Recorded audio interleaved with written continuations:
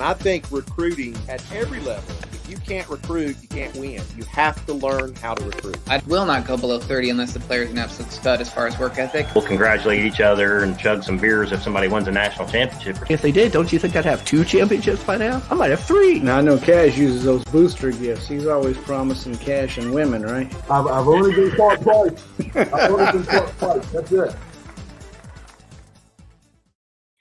Man, let me welcome you to the first anniversary show of This, That, and the Other. I'm your host, Majique, and I'm thrilled that we've made it a year. I mean, it's been a difficult year for everybody given a coronavirus situation, but this show came along and the silver lining to a gray cloud, if you will, and allowed everybody to interact with one another in a manner that hadn't been done to very much beforehand. So now we've had a year of meeting a variety of coaches, hopefully been able to disseminate some good information, a couple secrets, and every once in a while get a good laugh out of the process. But it all started back in March of 2000.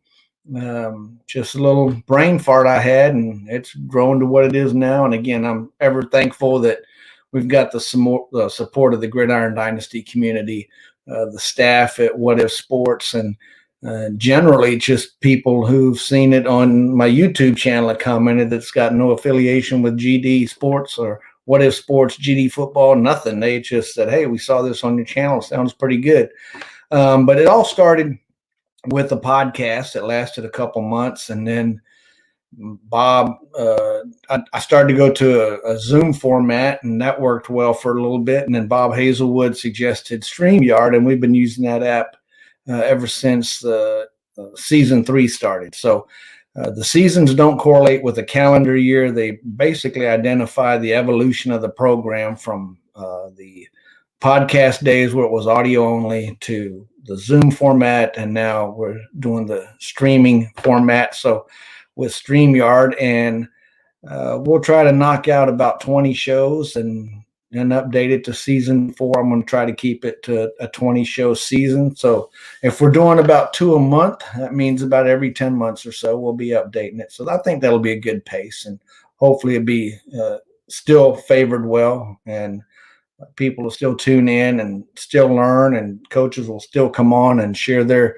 insight. And hopefully with the growth of What If Sports and the fashion of having a whole new platform, different game, if you will, it'll spur some additional interest, and we'll get some new insight to how the new game is working, things of that nature. So again, I'm just thrilled. And tonight, especially, we've got a great show.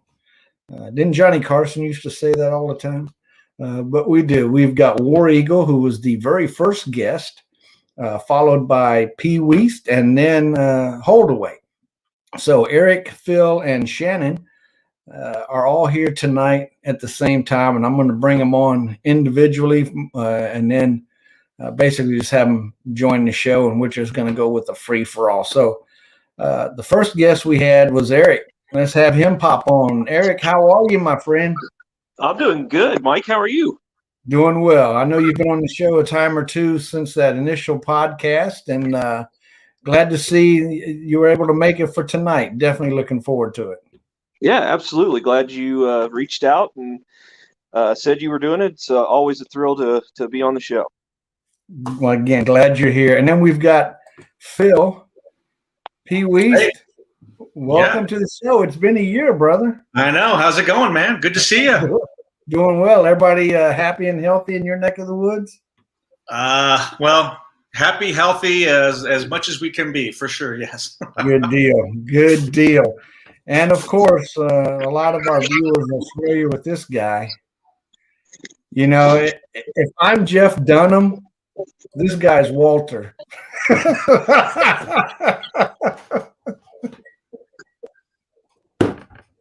I can't hear you, brother. You muted. That hurts. I love you, Shannon. You know that. Wait, let me. I feel the love right back here. Hold on. Get that knife out. Well, Shannon was our third guest, and for many that don't know, Shannon and I actually have footprints in the same neck of the U.S. out there in Virginia. I'm a big Hokie fan, and that's where he went to school. And our high schools actually played ball against each other. We didn't know it. We didn't know it until that phone call to get him on the show that first day. So small world, definitely a small world. Before the show, you were hearing me test some sound bites. Kind of wanted to bring back some of the podcasts. I didn't bring the commercials back. I know I got a lot of input on the commercials.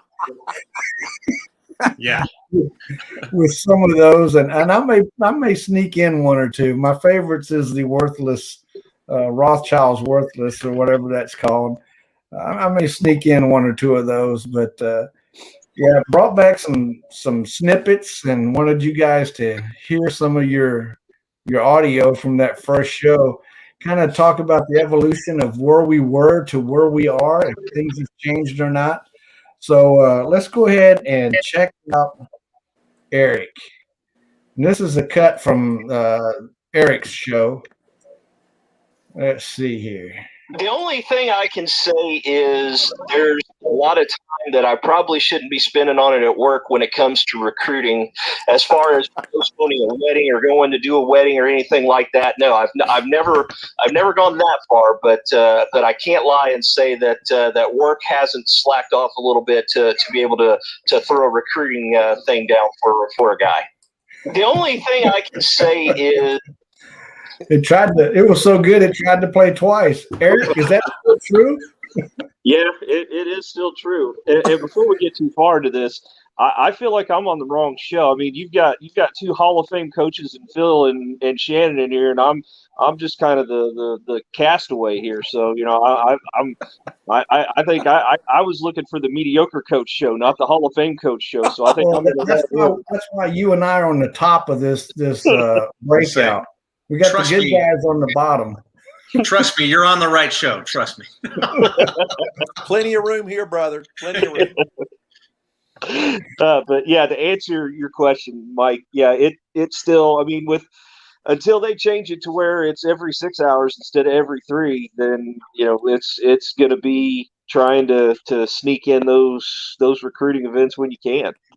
Yeah, definitely. That's been a big challenge, I think, across the board. The common thread a lot of people have is, it's a personal challenge to be able to make those recruiting cycles and have your recruiting for that season be as efficient as possible, but yet still be competent. You're not missing cycles and missing out on recruits. So that's not going to change for a while, I don't think. But yeah, it's still the same here too. I'm in the same boat with you, Eric. It can be a pain, definitely.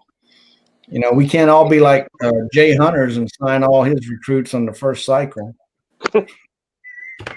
Hey, don't forget Golden Cats. We've got to give Golden Cats credit where credit's due. Yeah, and there's a couple guys that actually get the recruits to sign before recruiting even starts. Yeah, these guys and coming some out of of the womb. they've got to be giving away cars and strip club memberships, and because I'm telling you, man, that Mike Myers is like the worst, man, because he kills me. He gets on a guy first round, and you can drop $20K in D3 and no interest. Yeah, just no interest. He's got a hotline or something going. I don't know, man. He's got pictures with farm animals or something. I don't know. Damn. Eric, is this a children's show? I'm sorry. Is this a children's show? I bet. No, it never has been.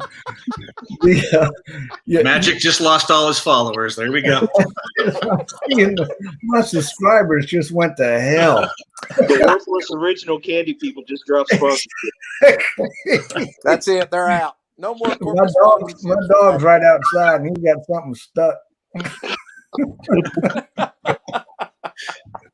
We're going to play that just so people know what the hell we're talking about. But before we do, I wanted to ask Eric, other than the changes that Adam has talked about with the potential of taking What If Sports to the next level, especially Gridiron Dynasty aspect, have you seen anything change as far as either your personal growth or the overall competition level throughout the last year? Well, I'm definitely not going to say my personal growth. I mean, it's basically, get into the playoffs, lose in the first round, and I'm the champion at that. So, that's that. I'm steady, man. So we're good there. As far as competition, I mean, I see lots of new, faces poke around and ask questions and do whatever. So I think there are guys that are learning the game and are getting better, and as most everybody will tell you, that's what a lot of people want. They want that parity. And I know when I was doing the 1AA Wilkinson thing, that was, when everybody was in there, it was, and Phil and I were in the same, we were in the same conference and everything. And, it was, you couldn't, you had the hads and the have-nots, and, I was the mosted has nodded. So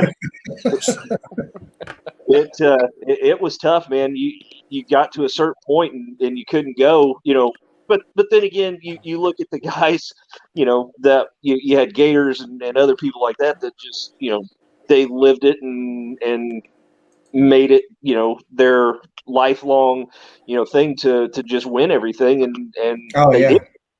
So it was tough. And, it finally got to the point where, and I know I saw Phil say something about this too. You just got to the point where you reached your limit as to what you were going to be able to do, and there wasn't anything you could do to get better than that. And you like the competition and the camaraderie, but when it comes down to the end of the day, you didn't have a chance. So you just kind of packed up your things and went somewhere else, trying to get a fresh start somewhere else. You guys just beat each other up, right? I mean, at some point, it looked like it was great fun, but it looked like you were just beating each other up. That one conference out west, and Phil can attest to this. I mean, it was just the winner came from that conference out on the West Coast, and that was pretty much it. Yep, it's brutal out there, man, and it's like it's humbling in the sense that it's you think that you've got your plan figured out, you think you've done your recruiting, you think you got your roster built. And then you go up against some of these guys and they just steamroll you. And it's like, oh my God, I have got so much to learn in this game. But that, I mean, it's good from a learning standpoint, right? I mean, I guess it's, there's other, I don't know about you guys, but I'm in a bunch of other different worlds. And, I kind of have that same effect where I'm able to go beat, some other teams pretty regularly. But yeah, out there in Wilkinson, that's tough, man. It's a learning experience. I'm staying put. I think I'm at St. Joseph in Wilkinson right now. I think I'm gonna stay put there for a while. I was moving around quite a bit, and I think I found a home that I'm gonna roost and see if I can't figure out some way to win some ball games. Because man, this is. Hey, the losses are easy. Losses are easy. Yeah. No doubt. Yeah, but like take Mojo for example. There's something really satisfying about taking a program that is a cellar dwelling program. Oh yeah. And in 4 to 6 years, playing for and winning the conference championship. Now we all know that certain people can win a national championship with that. I can't, but some people can. But it's very satisfying to know that you've built that from nothing, right? I mean, I love that. I think it's a great feeling. Well, and I've become the Mojo feeder system, because it seems like I'll take a team and I'll get it to upper mediocrity, and then he'll come in and he'll take it the rest of the way. So I appreciate his efforts. Mojo. So you're saying you're a pre-Nick Saban kind of guy? Is that what you're saying? Exactly. Kind of your role? Yeah, exactly. I'm kind of the anti-Urban Meyer. Well, actually, you come in and you win with other people's guys, and then your guys come in, and then they go back down, and then somebody else comes in and improves on that. So yeah, right. Yeah, that's kind of where I end up. I get to see the team play its best after I leave. Oh.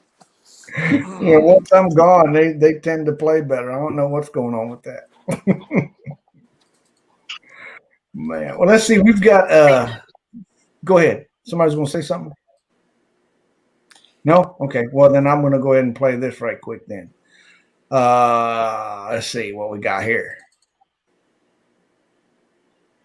I think I would put more emphasis on potential, and I'm not sure exactly why, because I know those are both kind of very important. But yeah, I think I'd probably lean more towards potential at this point. Although I will say that I have signed quite a bit of low recruits at times, so it's definitely not a deterrent for me. But I think if I was kind of to go through a ranking or a process of elimination, I'd probably have potential higher than work ethic at this point. Although work ethic's obviously very important. Now, I don't know about you, but it sounded like Phil was trying to confuse himself.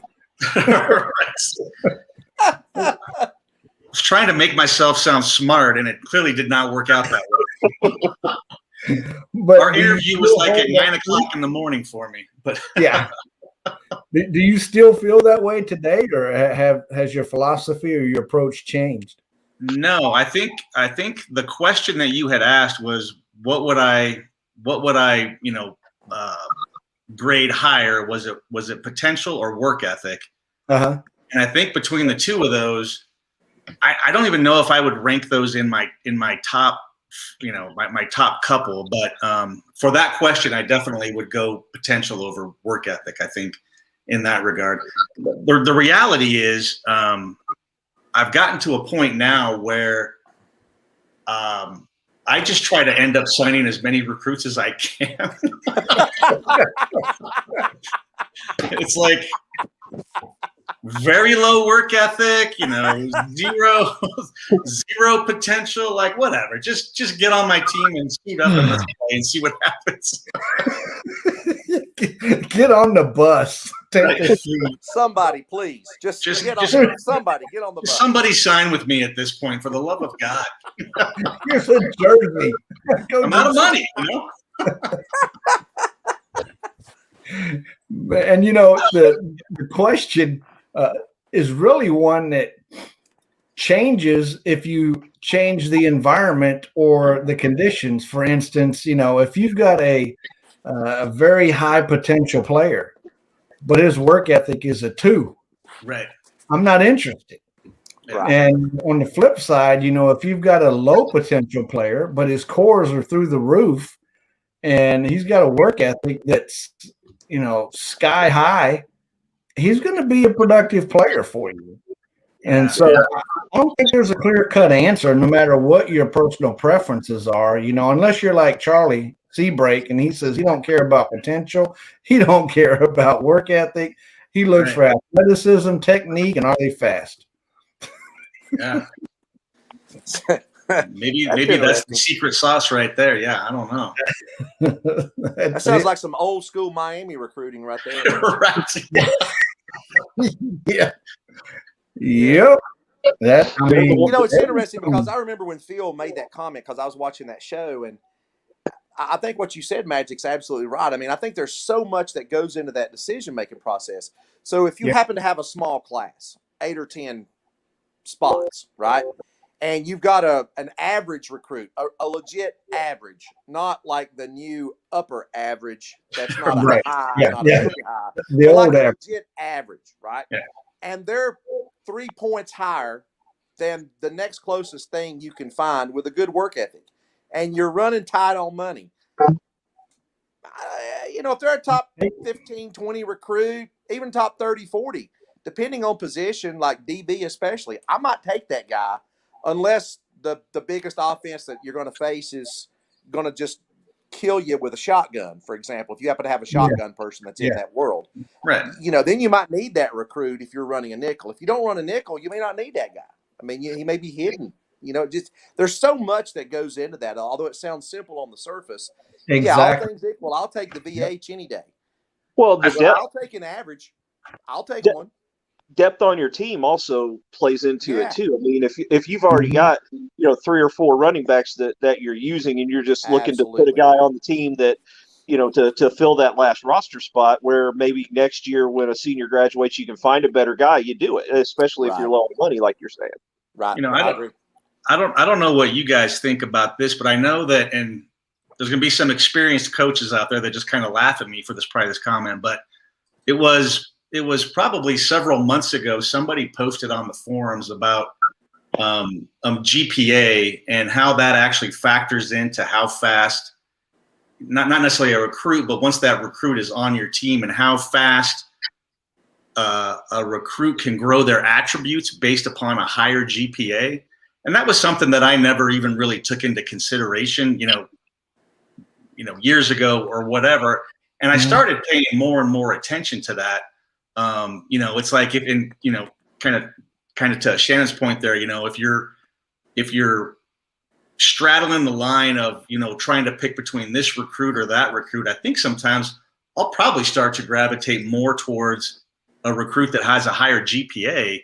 And of course, you need the work ethic and all the other attributes and everything. But I've found that once that player's on your team and you got the position and the coaching or the positional practice stuff going on, you'll find that those players start growing exponentially greater than, say, potential factors, very high, low, middle, whatever, and all those types of things. I don't know what you think about that, but that's just something that I've never really considered before, but I started taking into more consideration. Do you think it matters by position? Do you think that really matters by position? Maybe so. I think it does. I always thought GPA, from everything I read on the forums, was strictly about formation IQ. It didn't have anything to do with your strength and your speed and your athleticism or whatever. But maybe I'm misunderstanding what you're saying, Phil. But it sounds like you're saying all the, everything, not just formation IQ, like what I've read before. It's definitely formation IQ that does that. But I have seen an increase in the individual attributes as well. Not so much that's jumping up exponentially where maybe it matters, but I think when we're talking about what's coming down to what might make you pick one recruit over another, maybe that weighs in more heavily than what you might think, I guess. Yeah, there are a couple areas when you're recruiting that one aspect or the other could lead you to lean toward a particular recruit. GPA, honestly, would probably be one of the latter ones in my decision-making process. But you having said that brings to mind the thought that I wonder if the GPA aspect is tied more to the knowledgeable aspect of the game, such as your game instinct, having the knowledge where to be and how to get there, maybe in technique, how to block properly, learn how to run properly. So maybe the GPA affects a certain group of core stats, regardless of position, when they're more in a intelligence mindset than a brute force mindset. I think you do see it probably more in like quarterbacks, maybe some of the skill positions and those types of things. I think you probably see it more in those kind of areas than anything. And that would make sense, right? I mean, if it's really trying to duplicate real life, right? I mean, if athleticism is kind of a multiplier for certain core skills, maybe GPA is a magnifier for certain formation or skill set practices, right? I mean, it kind of makes sense. Yeah, and it would lead to being in line with the whole situation of GPA identifies an individual's intelligence. Right. So it stands to reason the smarter guy would pick up technique, position on the field, execution faster than a guy with a lower GPA, regardless if he's a defensive lineman or a quarterback. So yeah, that's good food for thought, and it'd be nice to see somebody actually put that on the matrix to develop a growth pattern or a definitive scale on how that actually applies. That'd be pretty cool. I'm just looking for any help I can get. I'm just glad they don't. While we're building that scale you're talking about, let's do one about how fumbles actually occur. I'd like to know what that scale is too. That and interceptions that get returned for touchdowns. Interceptions don't happen. Those don't happen. I'm just really worried about fumbles right now. Now, I will say this. I got pissed in a game not too long ago because I had an interception. Okay. And the guy was caught and tackled. The guy who tackled him was at about 98%. The guy who was returning the interception he was about 98%. So they were relatively the same. The guy that intercepted the ball had a speed of like 82. The guy who tackled him had a speed of like 61. And I'm like, how in the hell? He was running like this.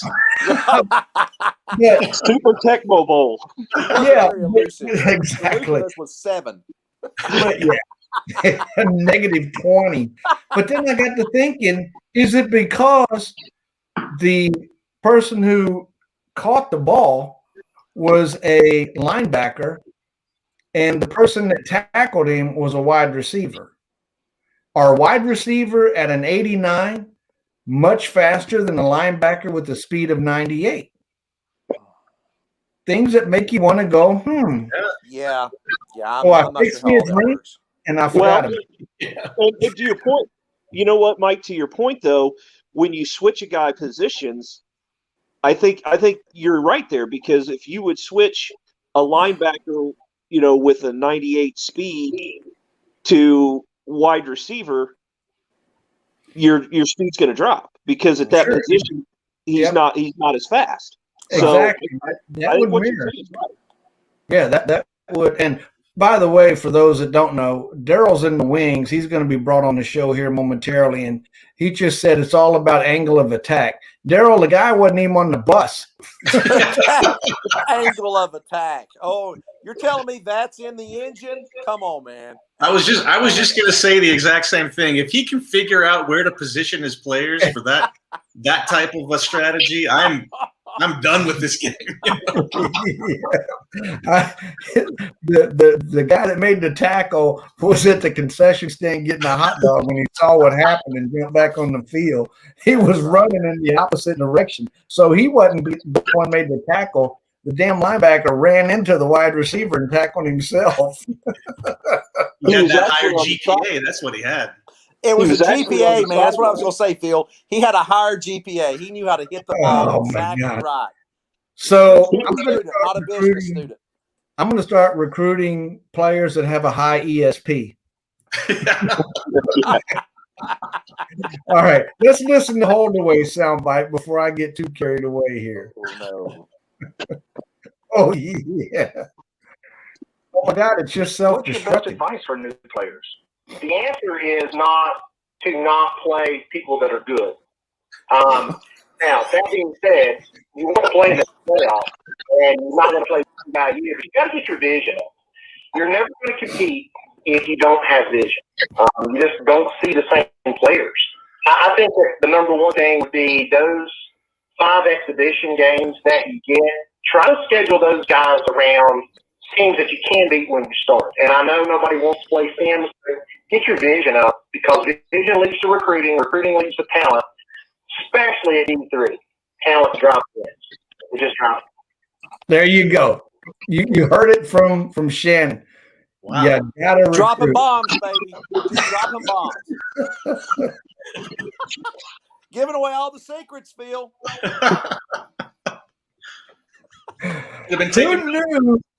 Who knew that getting good recruits could get you more wins? Hey, I've heard talent wins. And I love it. You're right. I didn't start winning until I took that advice. It's not the X's and O's, it's the Jimmy and the Joes. Is that the? Yeah. It's not the bat, it's the boy. Oh, it's not the X's and O's, it's the bitches and the hoes. Whoa, this is a family show. Come on, Majique. Not since you busted it. You gave that up a long time ago. That's been gone. We didn't even make it 3 shows. I bet the number of subscribers has went up like 20%.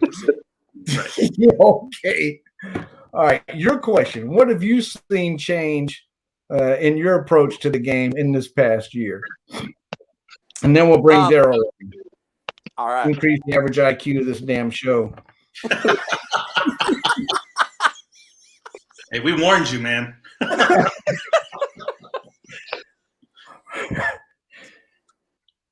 Well, tell us, Shannon, what's the nugget of wisdom that you've learned in the last year? Or are you still I thought you were thinking going to bring Daryl on to answer that question. I thought you were going to block me out. I wasn't sure. After? I think I've learned more in the last year about what not to do, to be honest with you. I Yeah. also maybe what I've learned is never stop experimenting. Because I think sometimes you can kind of get in a rut and you feel like you're close and you try to make, minuscule tweaks sometimes. And, I mean, we were in that D2 world together with Big Papa. And Yeah. I mean, I just went back and just totally gutted my team because I knew I could not beat him because I had tried for multiple years and it wasn't working what I was doing. So I went back and just totally regutted it. And about this year, when I thought I was going to be ready, you guys all jumped ship and went somewhere else. I'm sure because you knew I was going to beat you. That's what I was thinking. But we had a staff meeting and actually talked about that yesterday, that we thought you guys all like jumped ship because you knew here comes Angelo State. Oh God, let's get out while we can still get a job. But Exactly. no, I think the thing I've learned is never stop trying different stuff. I had never done a lot of stuff with tight end before. And Mojo, again, I'll throw his name out there. He's a guy that I know that's done some stuff with that. And there's other people that, and maybe you guys have. I've never really tried anything with the tight end. It seems like that's an underexploited opportunity for me personally. And I've really tried in the last couple of seasons in a couple of different worlds to try to learn how to use just the tight end.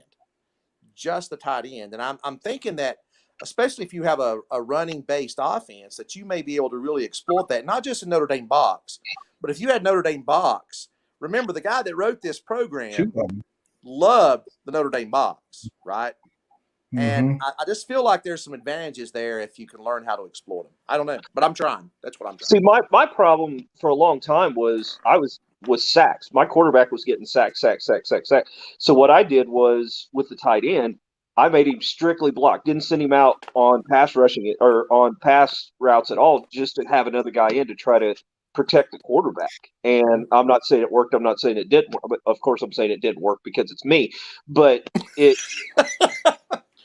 but I have, though, at times recently changed that philosophy a little bit and sent tight ends out on routes, and that does seem to help the passing game. I know back in the original engine of this, or one of the original engines of this, it used to be if you could find a tight end with speed, you could send them on fly routes and just kill because nobody could cover them. Right. But I think they've kind of written that out to where you can't do that anymore.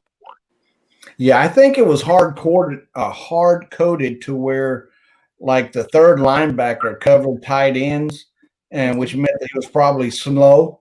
So once the tight end got 7 yards past the line of scrimmage, he was leaving the guy, and there wasn't anybody else picking him up. And I think now what I'm seeing is the coverage changes depending on the formation, who's going out in the formation, and the associated depth. So you can have, one play where the free safety is covering the tight end, the linebacker the next, the inside linebacker the next. You've got a cornerback 2 plays later. So I think it's a little more realistic to where, they're not tied together by a ball and or chain and shackles, to where no matter where he goes, that linebacker is going with him. And I think Nitro's post that he's made, and I defer a lot to Nitros. I think he's a person who knows a lot about this game. I think he would agree with what you just said. I'm not real sure, Magic, how you knew exactly how it was coded, but that's different. I don't. The other call. Have you looked at my record? That's why he's doing these shows, man. Come on, he's trying to figure it out. Dude, what y'all don't see is I got a secretary. I got a secretary sitting behind the screen taking notes. All right, before we go any further, here's what we're going to do. We're going to bring Daryl on, okay? And Daryl has the honor of being on the anniversary show, even though he wasn't one of the first couple guests. But he's been probably the more prominent guest on the show, and I really appreciate his attendance. A couple times he's bailed me out for shows where I've been on by myself and telling lies and whatnot and calling myself out of it. So Daryl has been an integral part in the growth of this show and just staying alive. So here's what I'm going to do. I'm going to step out. I'm going to let you for a free for all for a while. And I'm going to go ahead and those commercials. and we're going to play a couple, 2 or 3 of the commercials just for old time's sake. How's that sound? Great. This is a dangerous game he just put us on right here. That's exactly right. So what would he do if we all just left? I'm starting to rethink this whole situation. I was like, I wanted to jump on and see what was going on. I'm like, no, I'm thrown into the fire. How many inappropriate things can we say before he mutes us?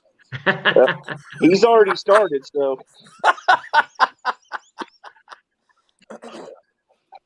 I thought your comments about the tight end was kind of interesting because I've actually always tried to incorporate tight end into my game plans, and going out and recruiting, a tight end that can block and catch and has some sort of speed and everything. But I will say that somewhat to a fault, I did at one point try to get too smart, where I built a game plan where I only targeted the tight end, and it sucked for me. It didn't end very well.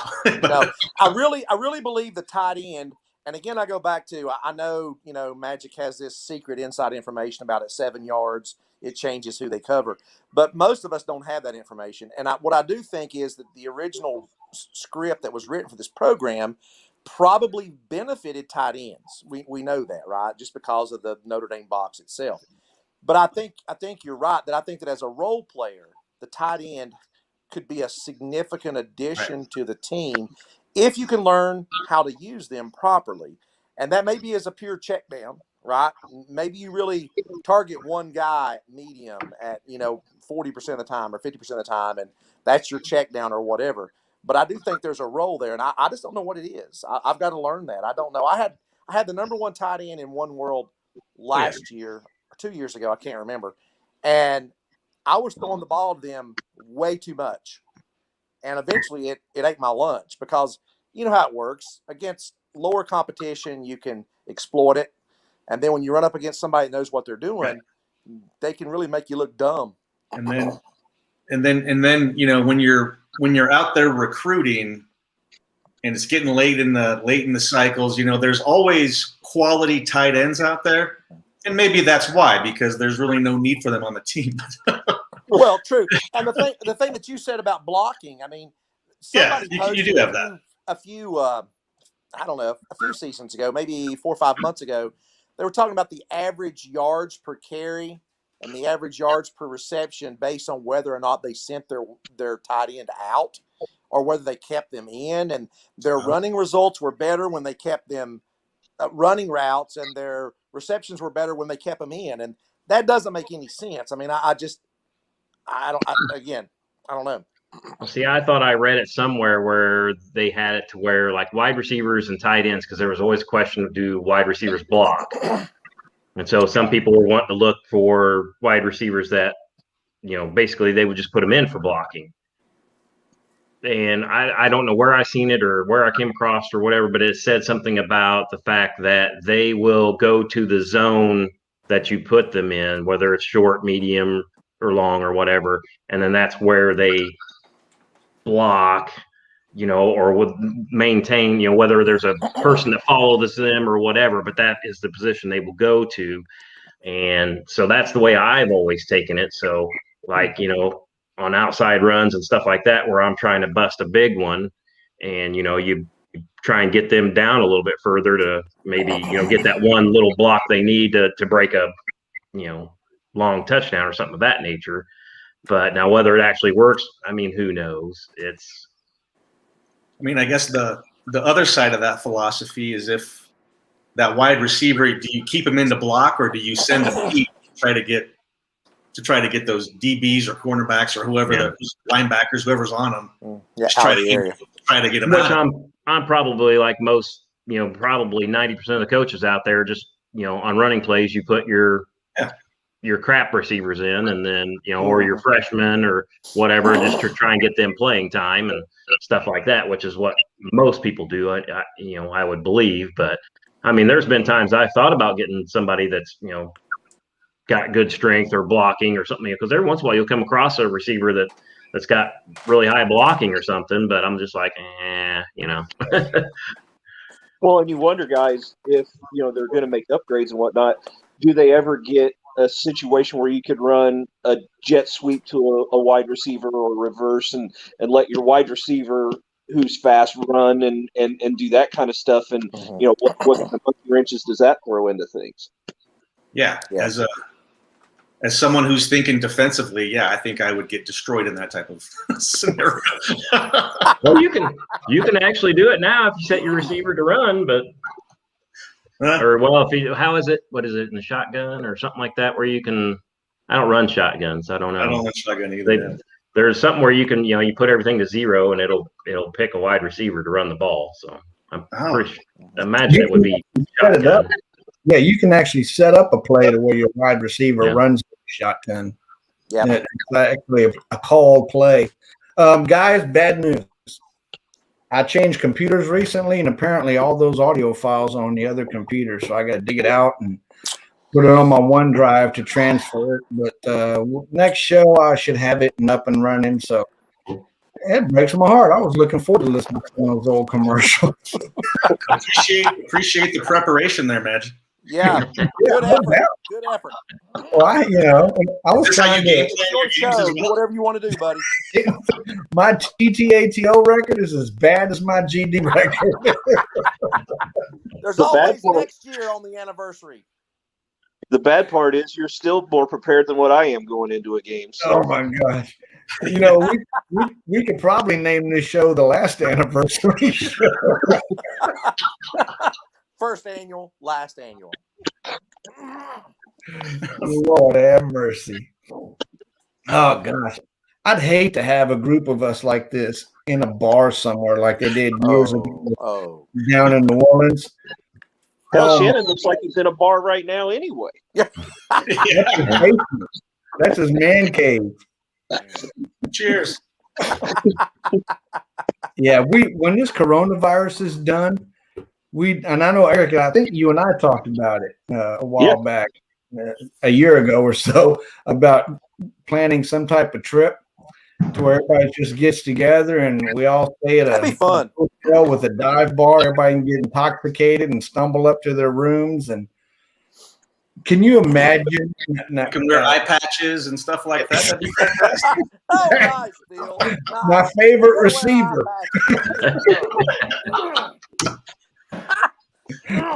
Yeah, that's nice. My quarterback with the mask on. I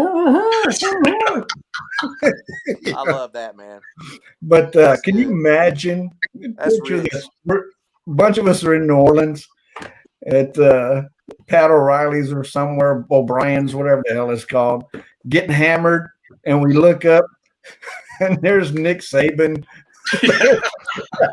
There's about 10 or 15 actual coaches looking at each other like, what are these clowns talking about? He's not the coach at Penn State.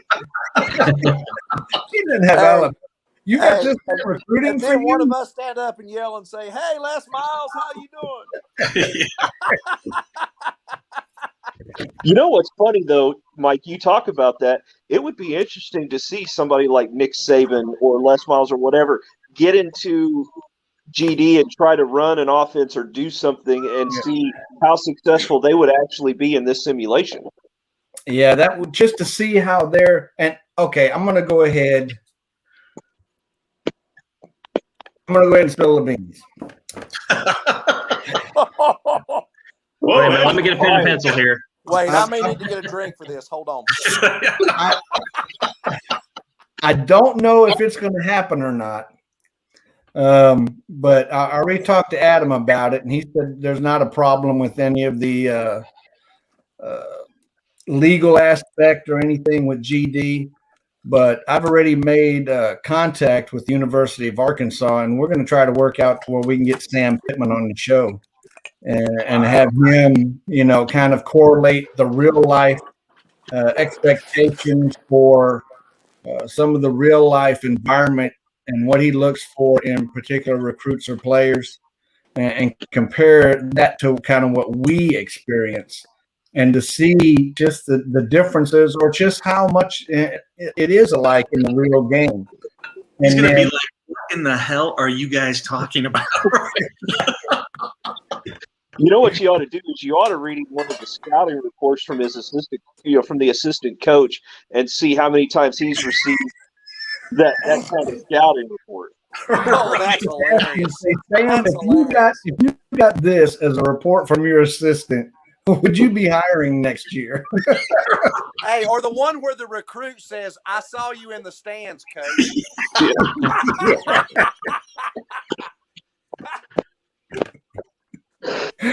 My boys be bumping and the homies be thumping. They like the big on the rock. Keep throwing that cash, and I'll be signing tomorrow. Yeah, I want to see how close our budgets are to theirs. So tell me, Coach Pittman, at the end of the year when you've got all your recruits signed, what happens to your recruiting money? You only keep a quarter of it? Yeah. Where does the other 3/4 of it go? I can see Nick Saban now in my damn checkbook. Ask him why the hell a recruit campus visit costs $2,500. That's a great one. I like that one, buddy. There you go. Or if you're scouting 4 guys in Houston, why do you got to take 4 plane trips? Yeah. Oh, geez. But anyway, I don't know what's going to come of that. I just think it would be neat to have him on. And, of course, then if that happens, I'll start contacting other schools and go, hey, Sam came on this show.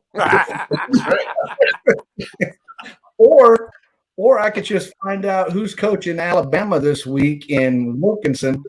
And when I call a real life coach, I'll say, hey, I had Alabama's coach on last week. Matter of fact, I had all 11 of them on.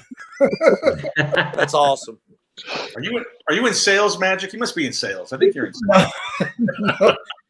Actually, I work for the Federal Aviation Administration. A little high. I got you. Yeah, the FAA. Go figure. They'd have somebody like me. Oh my gosh. It's too much fun. Definitely too much fun. But we'll see what we can make happen with that. And what a great way to break it open in first anniversary show, only to find out 6 shows later it never happened. Right. And Unix is in jail. They got Magic hanging up in the gallows at the jail because he was on the Razorback campus showing his ass. That's great. Around with the mic. That's great. Come here and call the hogs. Yes, sir. Golly, too much fun.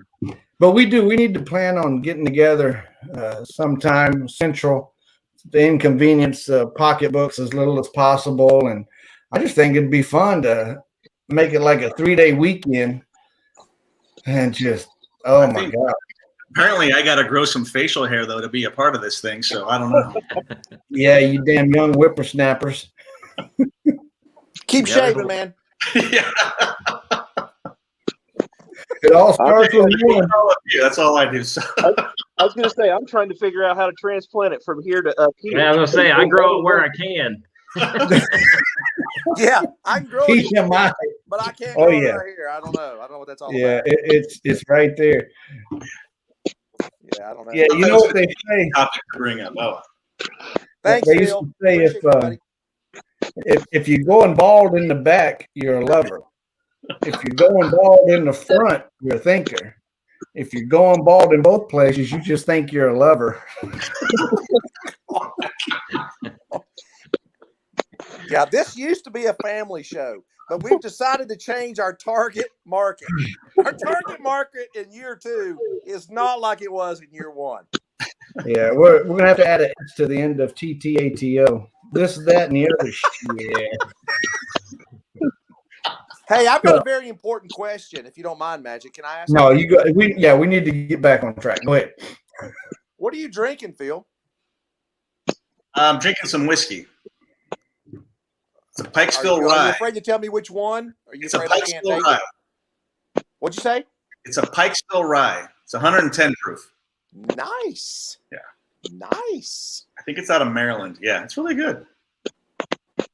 I like it. That puts my caramel flavored vodka to shame.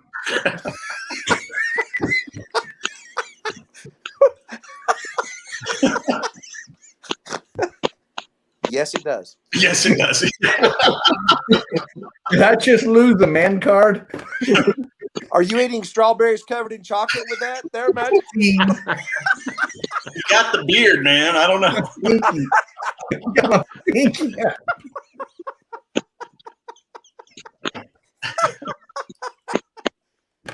Oh, some things you should keep to yourself, man. I know you're wearing that team washing hat, but some things you should just keep to yourself, buddy. I thought it was the football team. Come on.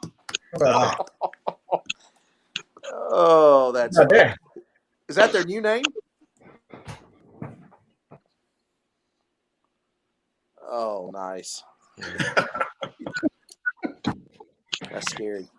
And now that Dan Snyder owns the whole damn kit and caboodle, no telling what that's going to turn into. Yeah, that was surprising. I was surprised he was able to pull that off. That does not seem very inclusive. No. You know what it sounds like? Here is what happened in that financial administration room where they made that decision. After they told him, or after he came in and said, I'm going to buy out all of my partners and I want to be the sole financial owner. I want to have full control and authority. I'll be back and join you guys in a minute. When he left, everybody in that room went, this is going to be fun. What an idiot. You know what the irony, though, is when you left, we all did the same thing. Oh. Nice. I love it. That was. I have a caramel flavored vodka sip on your behalf. Hey, so I got another question. Can I ask one more question? There's There's a hot post out there right now on the forums about what's the one thing you can only name one thing. Of course, some people can't live by that rule; they have to name like multiple. But what's the one thing that you would change, or you think is the biggest anchor that GD currently has? I'd be curious what you guys have to say about that. And we're going to start with you, Magic, because it's your show. What's the biggest aggravator? I guess it would be the anchor, the thing that you think is the biggest problem with GD. I think it's conference alignment. A lot of people play this game for the reality tie and the reality connection. You know, they don't coach LSU because they've never heard of them. They coach LSU because they're LSU fans, or that's a good school, or whatever the reasons are. But it's got something to do with reality. And, you know, when you look at a school like Central Arkansas that's in D2 and they're actually playing D1 ball, you know, those type of things need to be in line. And Adam has talked about that. He and Chris are working on making that happen for the new evolution or whatever this is, to realign it more in line with today so that it reflects a modern touch on the game versus, you know, looking at conferences that are 20 years old, 20 plus years ago, you know. Some that don't exist anymore, right? Yeah, exactly. Yeah, absolutely. So, and that ties in, Easy37 and I had a long conversation, a great conversation last night. And he called and was talking about some of the same issues with elites. And I'll share his. That's one of his pet peeves, is that the elites are static.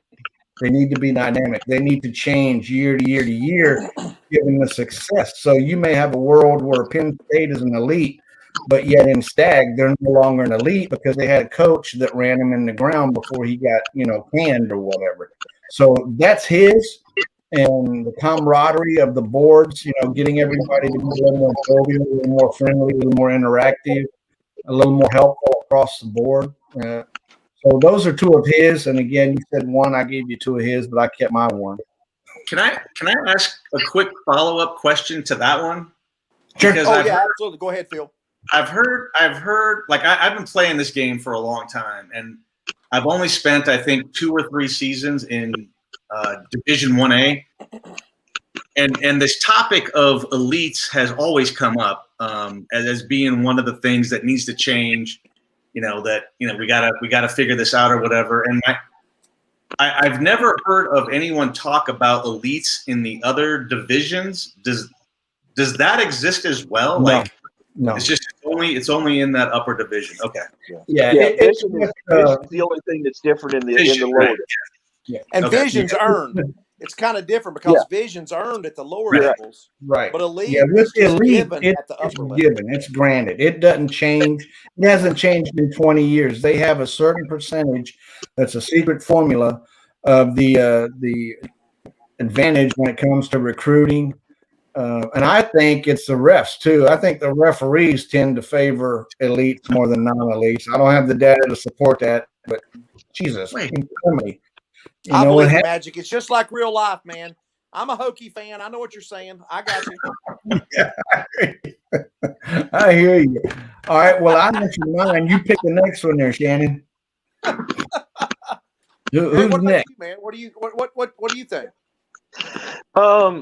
I'll go back to one and to Division I, Division I AA. I think they need to do something with recruiting there, because if you're at a mid-major D1 and you've got to knock off 3 sims plus an elite to try to get it, there's not enough undecideds, I guess, in the 1A recruiting to where it's tough to build a mid-major team or any team that's not an elite, because you've got to fight off 3 sims plus a 1A guy, and there's no undecideds to at least, like Phil was talking about earlier, just find somebody to sign. You've still got to spend a lot of money on, high or low recruits. Yeah.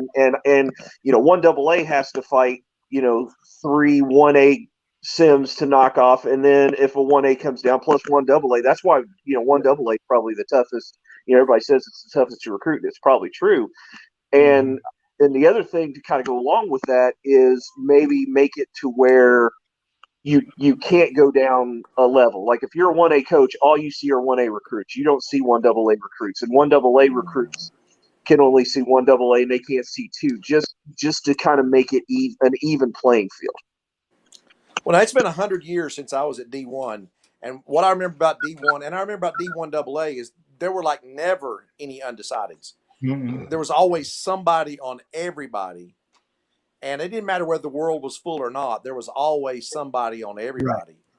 Yeah, I think that's a D1AA, man. It's like no man's land. It is no man's land. You can't win.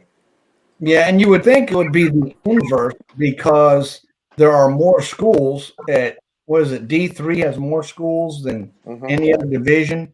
Yeah. But you would think, okay, more schools, same recruiting pool, there should be fewer undecideds at D3 than D1A. But then you have to add into the fact that at D1A, you're seeing the cream of the crop of talent coming out of high school, which is a shorter stack versus the talent that you can see at D2. You're going to see a lot more guys at D2 that are similar in talent than you would at D1.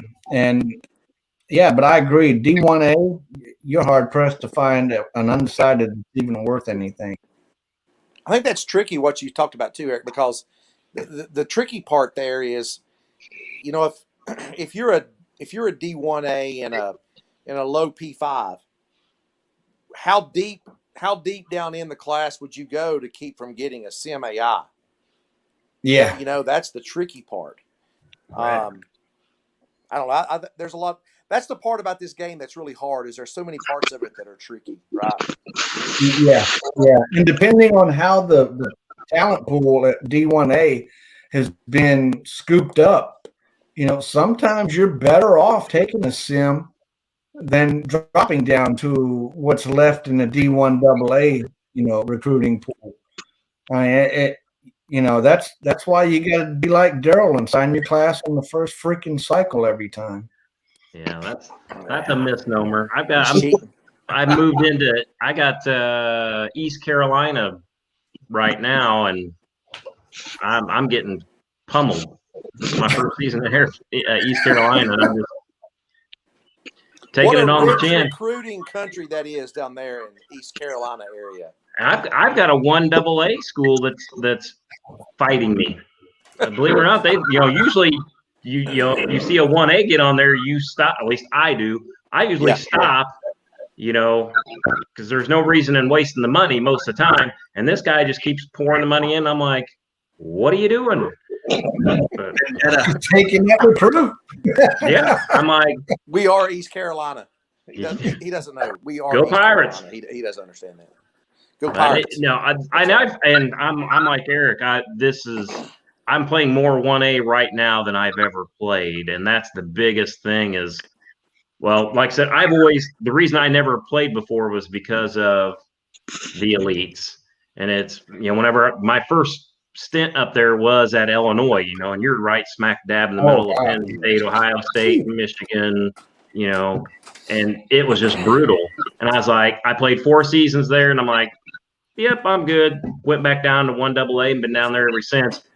And then I got talked back into dabbling in it again with, guys that I'm in group chat and stuff with, talked me into going up there. And so I've tried to get kind of used to it again, but that's my biggest thing. Is it's almost the problem is with the elites, and I've actually finally got my first elite. I'm at Ohio State and Leahy, and what I've noticed is that, I mean, the biggest thing is most people don't battle them. They choose not to. All the schools around them, they're like, oh, it's an elite, so they go somewhere else, and then that just makes it so much easier for them because they don't have to battle anybody, and then they've already got this war chest, and they're already usually pretty good coaches to begin with. I mean, most of them that are at an elite have been there or got there for a reason, except for me, of course. I got lucky, and then you just compound that. One person that tries to battle them is just going to lose every time because nobody else will battle them anywhere else. Whereas if I'm at Texas A&M and I'm trying to prove my point against Texas, saying you're not going to take everybody, you might get most of them, but I'm going to take a few, and then nobody else wants to battle Texas. Well, guess what? He's got all that extra money because nobody cares. They see Texas A&M, they're like, I'll battle Texas A&M. I don't care. So exactly. That's what makes it the hardest there. Yeah. Hey, while you're talking, Daryl, before we pop up the field, what's your thing? We were talking about what's the thing that you think's the biggest issue? Coaches to roost in the wings and wait to pounce on an elite job. Yeah. No, yeah, it is, and I've said it a number of times. That's whenever it used to be so hard, it like guys that work their way up and get ready, and they think that they're gonna, finally an elite is open, and they're thinking I got a chance, and then all of a sudden you've got somebody that jumps back in that quit, 6 seasons ago. Yeah, that you didn't even look at them as being a prospect, and then all of a sudden, boom, they jump right back in, and then so it's one of those things where basically you've got the same 10 or 12 coaches, they're just swapping between whichever elites. That's why I applied for it in Leahy. I was a 1AA school. I had no chance of getting this job, and when I woke up, well, actually, I didn't even see it. I didn't even look at it because I had no expectations of getting this job. And some of the guys I'm in the group chat with, they're like, hey, congratulations. I'm like, for what? I'm like, I didn't know what I even did. They're like, oh, you got the Ohio State job. I'm like, what? I went from a 1AA school to the Ohio State job. I'm like, quit your damn dragon. I bet that's not happened very many times. No, and that's what I say. I mean, I just did, I applied for it just for, because it was great. Yeah, because it was open. I'm like, what the heck, because I really wasn't planning on leaving my school. I had won 3 national championships in a row in there, so I was like, well, there you go. I was building something there. I was excited, National championships in a row. Yeah, Camper, move on. Camper.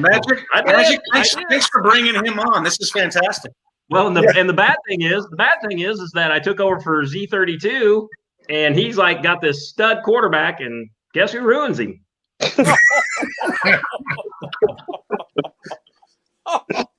I apologized to him as soon as I got the job. I'm like, I'm sorry.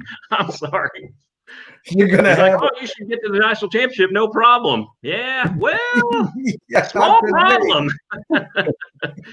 not today. No. Yeah, that's like old, what's his name? Urban Meyer. He coaches Florida for a while and sits in the wings until the Ohio State job opens. Oh yeah, I'm gonna go coach them. Yeah, I'm not so sick anymore. I feel better. Did you guys happen to see the meme that said Oral Roberts ruined Florida and Ohio State's run, and that hasn't happened since Urban Meyer's health issues? Yeah. Oh, that hurt. Nice. Yeah, I told my wife when that happened, and she's a huge sports fan, especially college football. And I said, what does Oral Roberts have in common with Urban Meyer? She said, what? And I said, yeah, both of them ruined Florida and Ohio State. Oh. She loved it. She knows I hate Ohio State with a passion. My God, I do too. And then I took the job. I'm like, what the hell was I thinking? Let me tell you, I'd coach them in Gridiron Dynasty. Yeah, right. I'll coach them for at least 4 years, maybe, but we'll see after that. Man, let me tell you how much I hate Ohio State. I used to play a game called College Bowl. What was it called? College Bowl Bound or something. And it was a football game. That's it, College Bowl Bound. Okay. Well, you could go in there and actually update the schools and the names and the location and modernize it. It took a little bit of backdoor hacking, but it can be done. And I changed the name of the Ohio State Buckeyes to the Ohio State Suckeyes.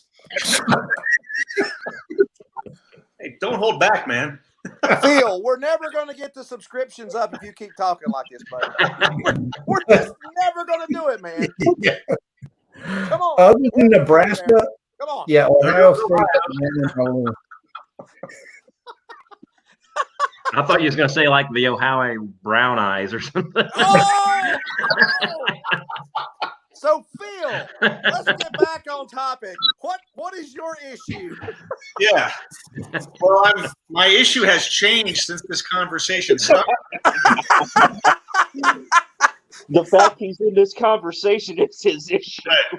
No, the fact. Wow. Last time I asked a question on this show. You know what? I remember seeing that post on the forums out there, and I usually respond to a lot of the posts that are out there, but that one I didn't know what to do. I'm a little torn on that one because part of me is like, this is the game, right? This is the game that we all signed up to play. And granted, whatever game you play, there's always going to be things that you don't like about it because it doesn't allow you to win. I just did the math as we were sitting here. I played over 3,000 games in this game, and I've been to the national championship twice and lost both. But I'm still here and I'm still playing, and so it's like, I think part of me is like, as a purist, I'm like, well, this is the game, and yeah, there's ways it can be enhanced and all that type of thing, but you gotta play within the confines of the game,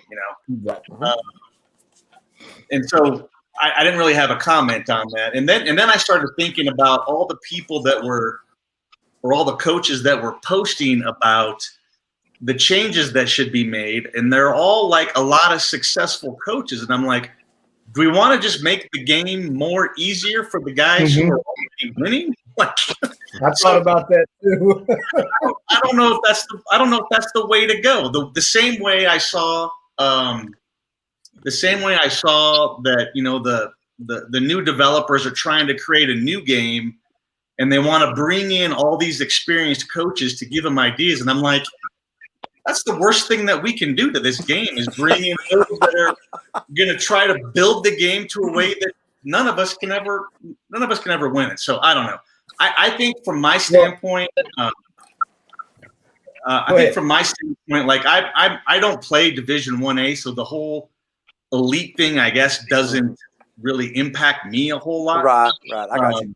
I think from my standpoint, it goes back to what we were talking about earlier about getting more actual real human life coaches into the game. Mm-hmm. As much as I hate Wilkinson, it actually tries to make you to be a better coach, having more humans in there.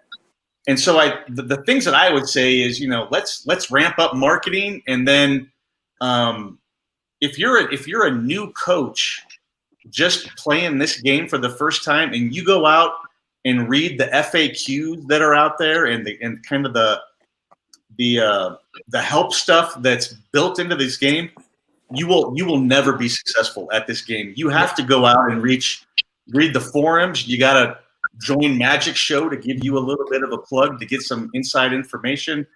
I just think there's a lot of those fundamental things that can be done, right? Which I think would be easy, right, to fix, to kind of make the game better. There's a ton of stuff. I think I just saw Majique, one of your shows, pointed out how to read the defenses or the game plan, the play-by-play, like how to read. The expanded play-by-play. Yep. And one of the things in there was like, oh, well, there was 2 Gonzalez's on the defense.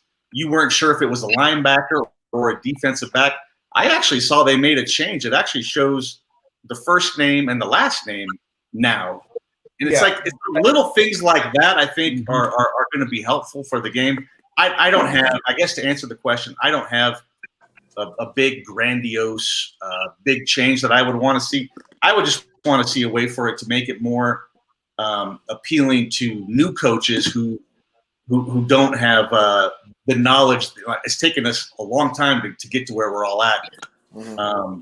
And maybe to that point, maybe we need to find a way to bring parity down so those coaches who are always successful, start not being so successful. maybe I got to go or something. I don't know. But what Phil was saying in a nutshell is the whole damn game sucks. That's what I heard, Majique. No, Phil, the point you bring love up, the game. I look at it every day. I got 4 different teams in 4 different worlds. Recruiting is the other thing that I heard him say. He's cheating at recruiting. Recruiting sucks. The players suck. The coaches suck. When you spend more time with What If Sports and you do your own wife, you may have a problem. Funny you say that. That's what my wife said an hour ago. She said, if you're going down there to talk to whoever Majique is one more time. I'm impressed you're all still married. I've been divorced twice. I'm done with that. You should have told her, well, at least I don't have to put batteries in my Majique. Oh. Yeah, but hey, don't ever say anything to me about farm animals again, okay? Don't say anything to me about farm animals. See, the problem in my house is my wife got the assistant coaching, and my potential was very low. Damn. Was that the assistant? Okay, back to what Phil was saying. A lot of your comments are actually parts that Adam is addressing, particularly the knowledge base. Some of that stuff refers to parts of the game that are no longer in existence, and they don't want to spend time. And see, I'm paraphrasing it from memory.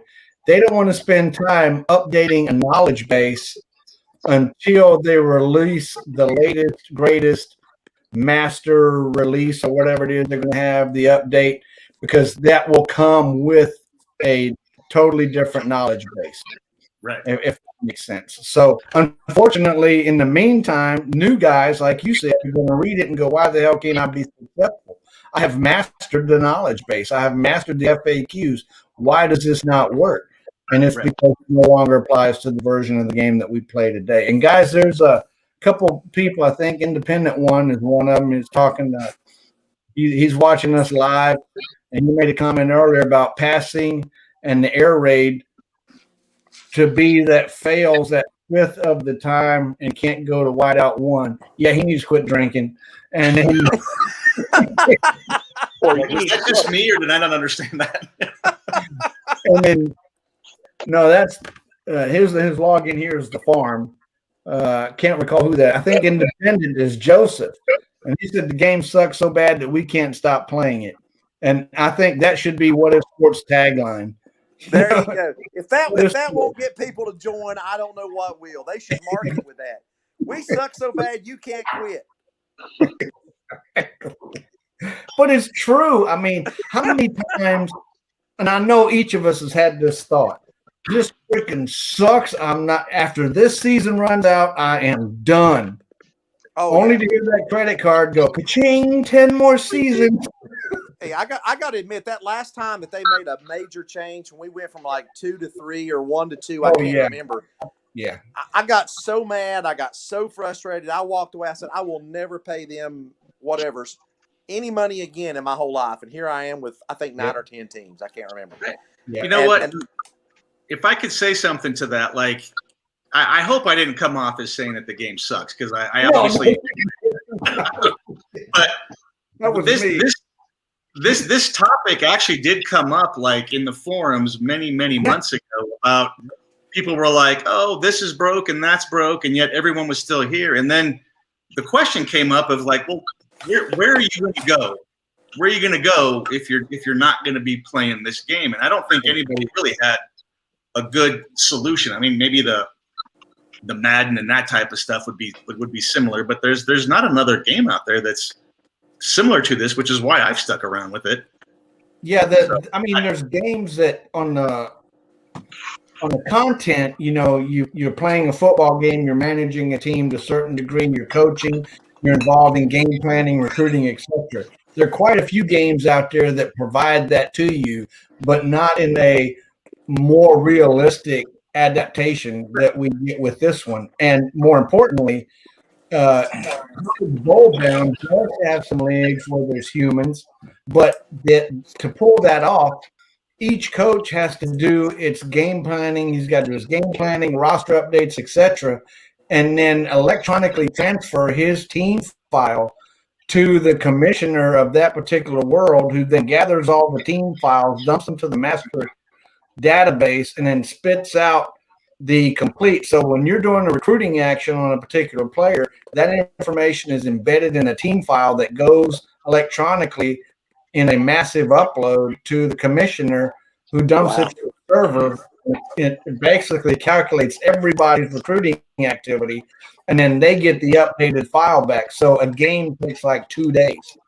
A recruiting action takes like 2 days, or whatever the case may be. So it has similar components, but it is not as engaging, because there, the cat board didn't exist a whole lot. You had very little interaction. Where here, I mean, we got people ragging on people and chit-chatting, whatever. You've got a lot more human interaction, so it makes the game a little more enjoyable, and it becomes more than just X's and O's and ones and zeros in the computer base.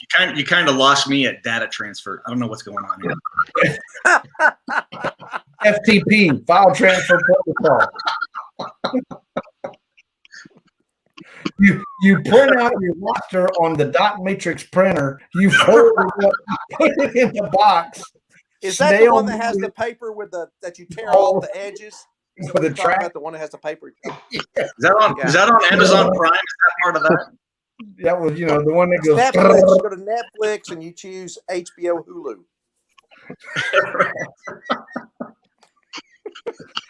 Good Lord. I got a feeling we could close some bars. Right. Not yet. About another hour. It's going to close my house here pretty soon. Yeah. Phil, where are you?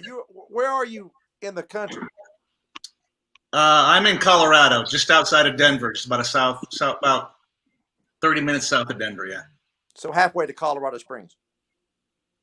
No, about 30 minutes outside of Denver.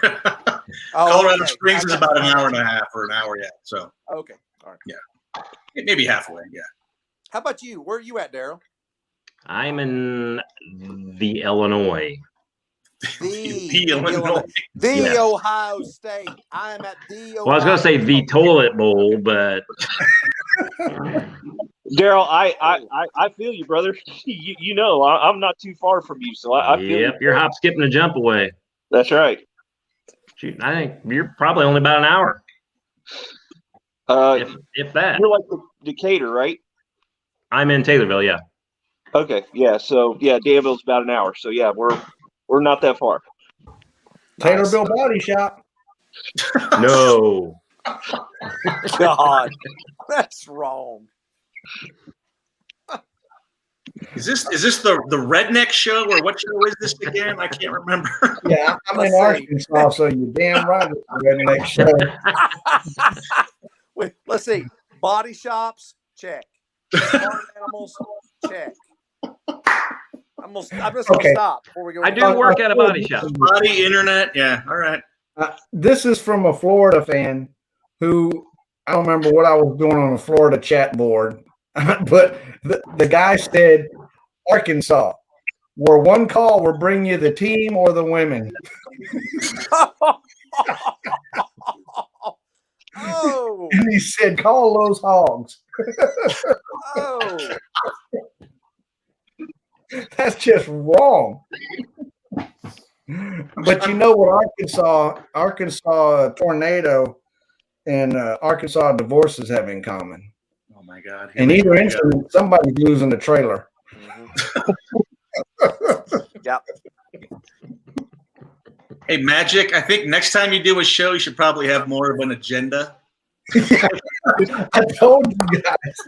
You know, okay, and a whole different group of guests. Hey, there's some Colorado speak for you, right there, Majique. That's some Colorado speak. On the West Coast, we don't talk like this. That's what I just said. You know, when I was pulling those sound bites from your 3 shows, about the second show, I was like, man, this is actually a well-formatted show, and it sounds like it's going really well. This is nice. And then we get to this. What is Phil pulls out his 110 whiskey, not bourbon, whiskey, and he's sipping on it, and he's preaching to us about being rednecks. Well, you know what I've learned? I've asked you guys. You know, in the last year, y'all have all identified some of the growths and personal changes with the game and yourselves. The one thing I have noticed is this show in the last year has devolved.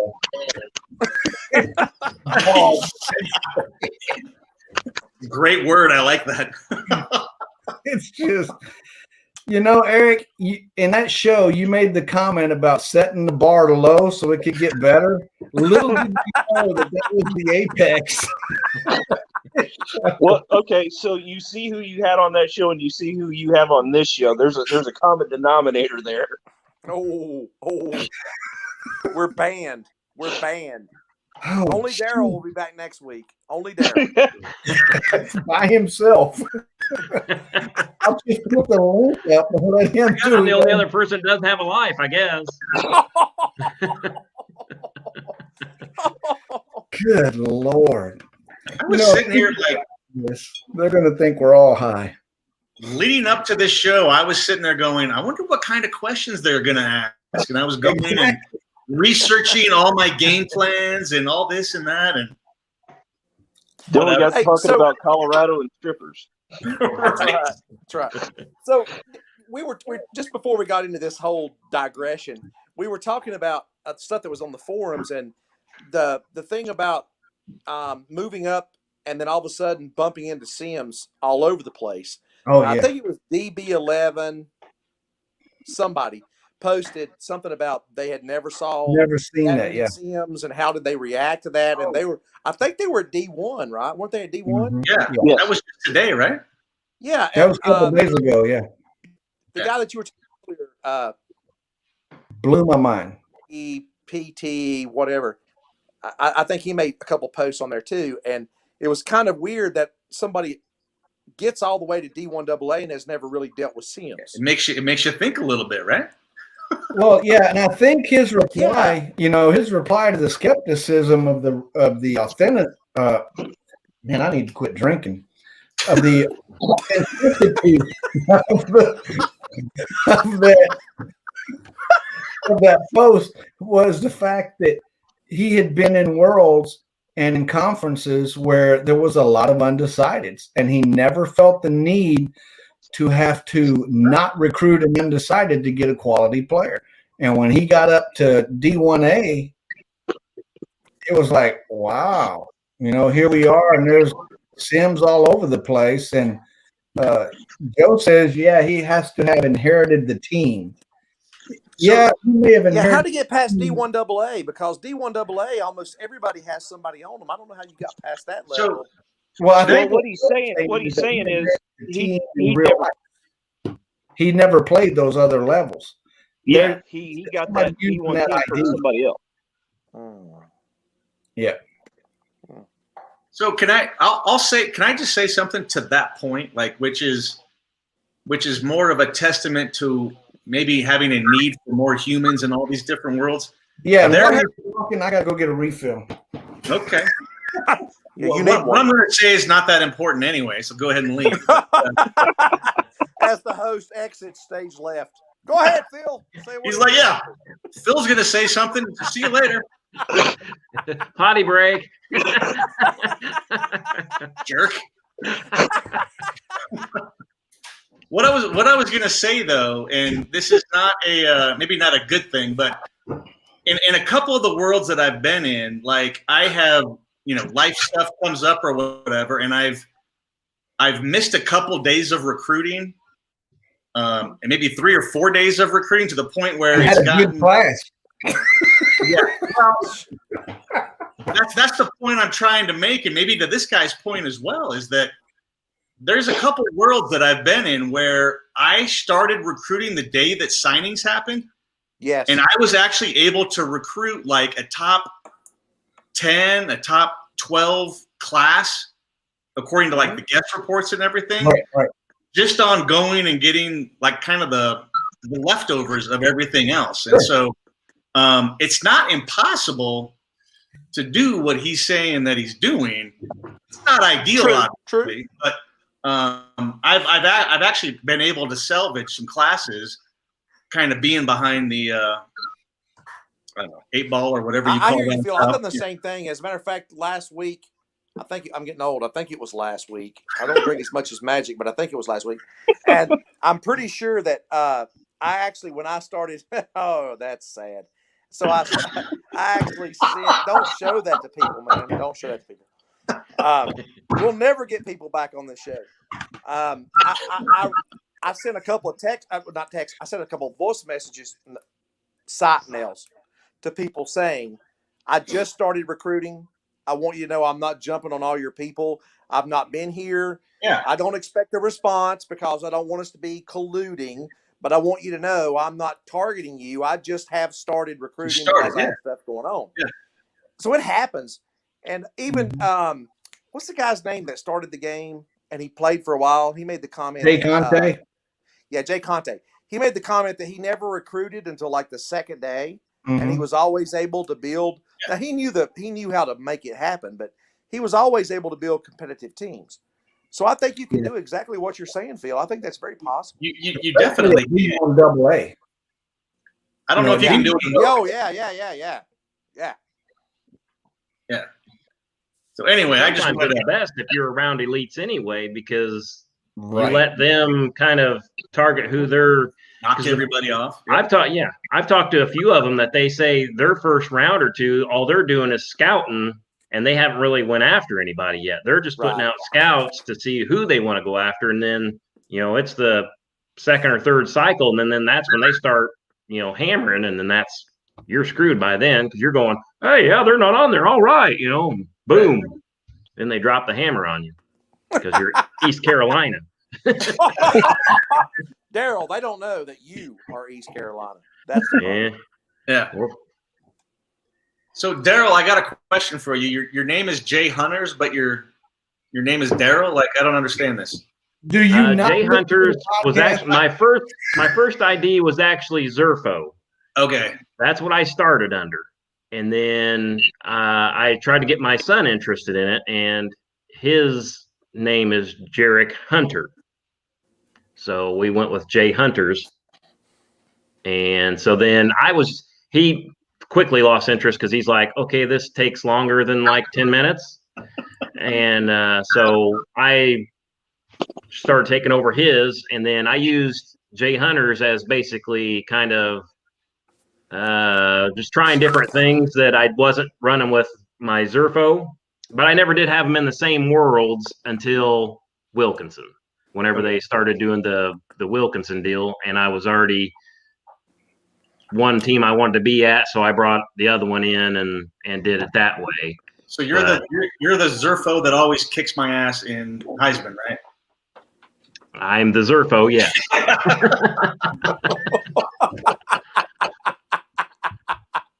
I obviously haven't watched all the shows, so I apologize. But yes, okay, I'm sorry. Yep, nope. I've actually got 3 IDs, as a matter of fact.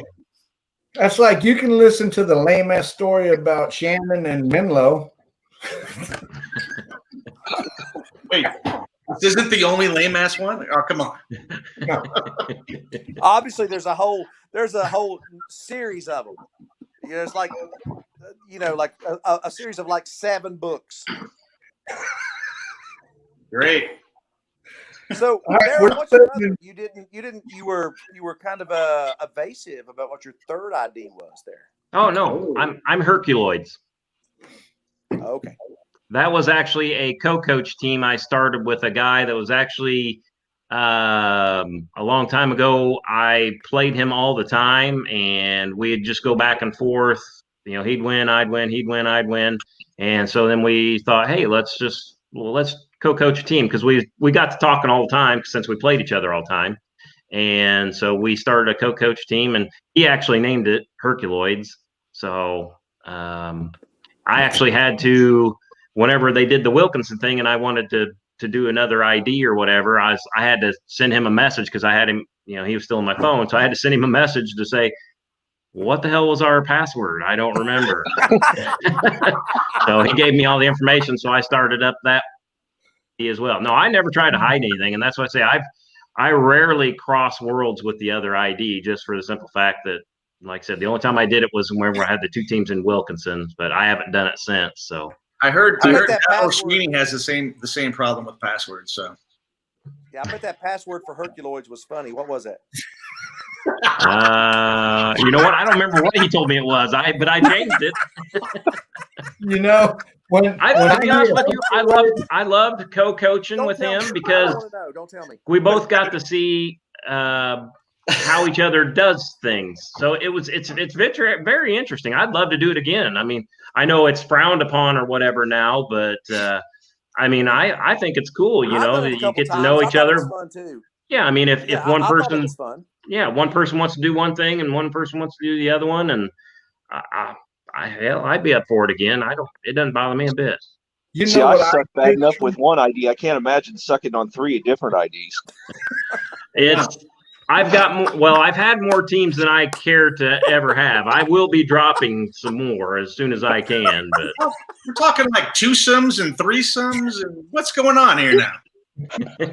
I'm talking Herculoids being a picture of a Herculean hemorrhoid. Wait a minute, you've never? Oh, now you're old enough to remember Herculoids. I remember the Herculoids. Oh, I remember the ass kickings. Yeah, I remember the ass kickings. Thanks a lot. Is that our next commercial break? Herculoids? Is that what it is? Space Ghost. Yeah, there you go. Space Ghost. From a male prostitute theater near you. Can you imagine? I was so counting on this revenue stream. Can you imagine the 5 of us coaching one team? I was counting. Oh, Darryl, you've got defensive linebackers. Phil, you got quarterbacks. Eric, you got linemen.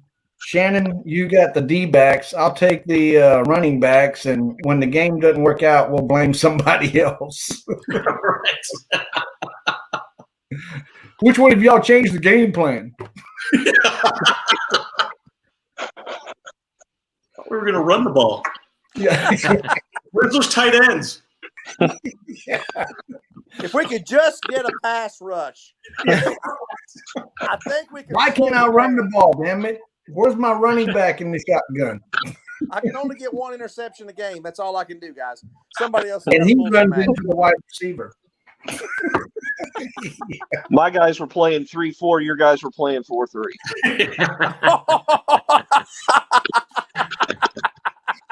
That's usually the way it ends up anyway. Yeah. That big defensive lineman trying to run off the field or run back on. Like, oh, I don't know. Nice. I'm coming on. I'm going off. What am I doing? I'm losing weight. Now, I will share this story with you. I don't know if I've shared it on this show or not, but it's for some reason it sticks in my mind. Years and years ago, hell, decades ago, I was coaching Pee Wee football. And I was an assistant coach. I was the offensive coordinator for a K through 2 team. Can you believe they had an offensive coordinator for a K through 2 team? K through 3. 2. 2. Oh, 2. I'm sorry. My bad. Kindergarten.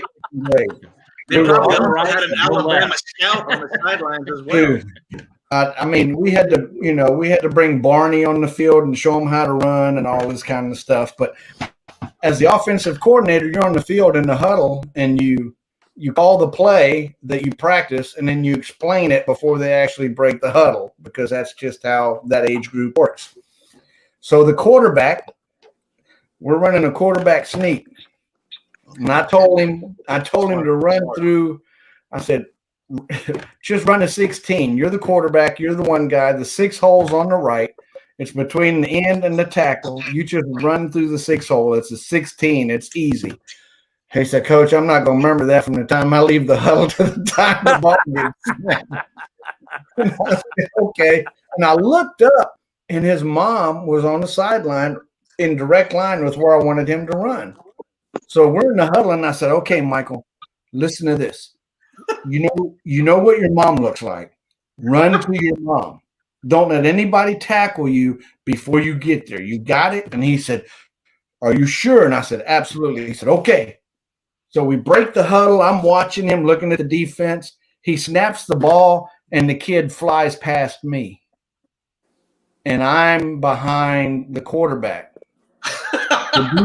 Oh, no. Like, where the hell is this kid going? His mom had walked to the concession stand behind us. Nice. Good So call, Coach. he scored a Good sneak call. the other team, and the other team was congratulating him. And he came to me and said, did I do good? I said, yeah, you did real well. You scored. You laugh about that. That's what happened. That's what happened on my last team in GD. The same thing happened. That's what. And I still coach that way today. It's one of those weird settings. You don't know what to flip left or right. Run towards your mom. I put a 1 in this block. Fuck. Nice. Lord have mercy. Guys, we have been on here an hour and 40 minutes. I know we've already lost all of our subscribers, and if they're still with us, thank you for being with us. Yeah. Yes. Yeah. Probably not the most viewed program ever. Oh my God. People will watch just to see what in the hell we could have possibly talked about. I may miss one tidbit. I got to watch all hour and 45 minutes. I might forget how to get to the forum. Wait a minute, I missed the tidbit. Where was that at? It was big tit, not tidbit. And it was itty. So I think you missed it. Talking about secondary IDs. Back to the family agenda in 2 weeks. Oh, yeah. Man. But I do have a second ID. And I use it. I probably haven't used it in maybe a year or so. And I used it as an experiment, kind of like what Daryl was talking about. You have one so it doesn't hurt your coaching record, because you know what you're about to do is really going to be bad, but you want to do it just to see how bad. So you want to use the ID that's not going to affect your current playing ID. And you ready for this, Shannon? You know what that ID is that I use? VATEC. Oh, well, I feel better. I was afraid you were going to say Big Papa, and I've been kicking your ass. Big Papa. Like, oh, Yeah, God. that's me. That's me. No, it's my tech, and I mean, there's many guys who I've talked to who said, "Yeah, I've got a second ID, but it's an experimental ID, or it's a ID that I use if I'm trying to work on a game plan or see how long it's going to take to convert from one formation to the other before it affects my primary ID." So I see a lot of people with dual IDs, but it's not because they're trying to, pardon the pun, game the system. Yeah, right. To evolve without hurting themselves. It's kind of like scrimmage. I thought about it, but I've never done it. But wait a minute. Let me ask a question here. Like, so there's like in Gridiron Dynasty, there's like what, 35 worlds? 11. Yeah. Oh yeah. Why wouldn't you just go into another world? And because that's kind of what I've been doing. Because I have one ID. This is it, pwiest. I just go into another world, and I kind of like I've got the 4 different worlds that I'm in, and I do like I've got my primary world, which I think is my primary one, which I'm not very successful in, and I've got some other worlds, but I kind of use those other worlds to do that type of thing. Like, why would you need to have a secondary idea in a same world? Well, it wouldn't have to necessarily be the same world, but it doesn't affect doing it with the secondary ID doesn't affect your primary overall. Like when I go in and do the pregame stuff, I say, you've been a member for X number of years. You've got this many wins, this many losses. That's across all 11 worlds. So you're not, and to a lot of people, it probably doesn't matter. But to me, it matters, with my win-loss. I mean, that's why I'm playing, is try to learn the game and get an indication, a test, if you will, to see how I'm doing. And I don't want to skew those numbers by experimenting when I can use it on another ID and it have no impact on my primary one. But I'm like, Daryl, you still gotta. Oh, okay. So all right. Well, I'm asking silly questions now, but it's like if you've got 2 different IDs with 2 different passwords, you got to log in with 2 different. Yeah. It's just like being 2 different. You're all comfortable with that. I've got them saved because I can't remember them. I can't remember one. Phil. My little brain, my little beardless face can't understand that. So. Daryl and my other brother Daryl might pull that off, but I can't remember my own name. I struggle with that. All right, whatever. All right. So bad conversation topic. I think the point there is you take. So, like, I only have one ID. I've only ever had one ID. It sounds that's like me. the same way. And I never really thought about my overall record until I had played for like a really long time. And today I still will go out and take, like in camp and Rockney, I picked up teams that sucked and have built them up to where they're at least a perennial playoff team. I don't think about that. Mojo, again, I throw his name out there. He's a guy that bounces around and rebuilds teams. He doesn't think about those kind of things. And again, Majique, I'm not throwing a stone at you. I understand where you're coming from. Your overall record it's important to you. I get that. I really do. And so it's just a different way of playing the game. I mean, it really is. And I get the idea. I mean, I've thought about getting a second ID and trying to convince Phil Pwiest to come out and be my defensive coordinator. Yeah. But I don't have enough money to throw at him to recruit him away from whoever he's coaching with now. You can't afford it. But I get the idea. I do. I know people do that. And I've co-coached with people, but we have always co-coached under one or the other person's existing ID. We've never created a new one. And if you're going to do a co-coach situation, I see creating a new ID for that, to a certain degree. Yeah. I just think when you get there's been conversations about that on the forums about cheating and this and that. Like, sure. Like, I just feel like it starts like, why would you want to put that thought into another coach's mind or something like that? I guess that's been my whole deterrent to that. Right. Yeah. It's not so much that I worry about. It's not so much that I worry about my overall record, but when I look at that overall record, I want it to be an indicator of when I was trying. Realistic. When I was trying to play the game, when I was trying to win, when I was trying to manage a team versus having embedded within those numbers, those seasons, those 4 or 5 seasons where I said, I wonder if you can go all past Notre Dame. Well, let's try it with this team and see what happens. Or I wonder if you can run a shotgun. And this is when I run shotgun. The quarterback that I converted from a DB whose game instinct dropped to 12.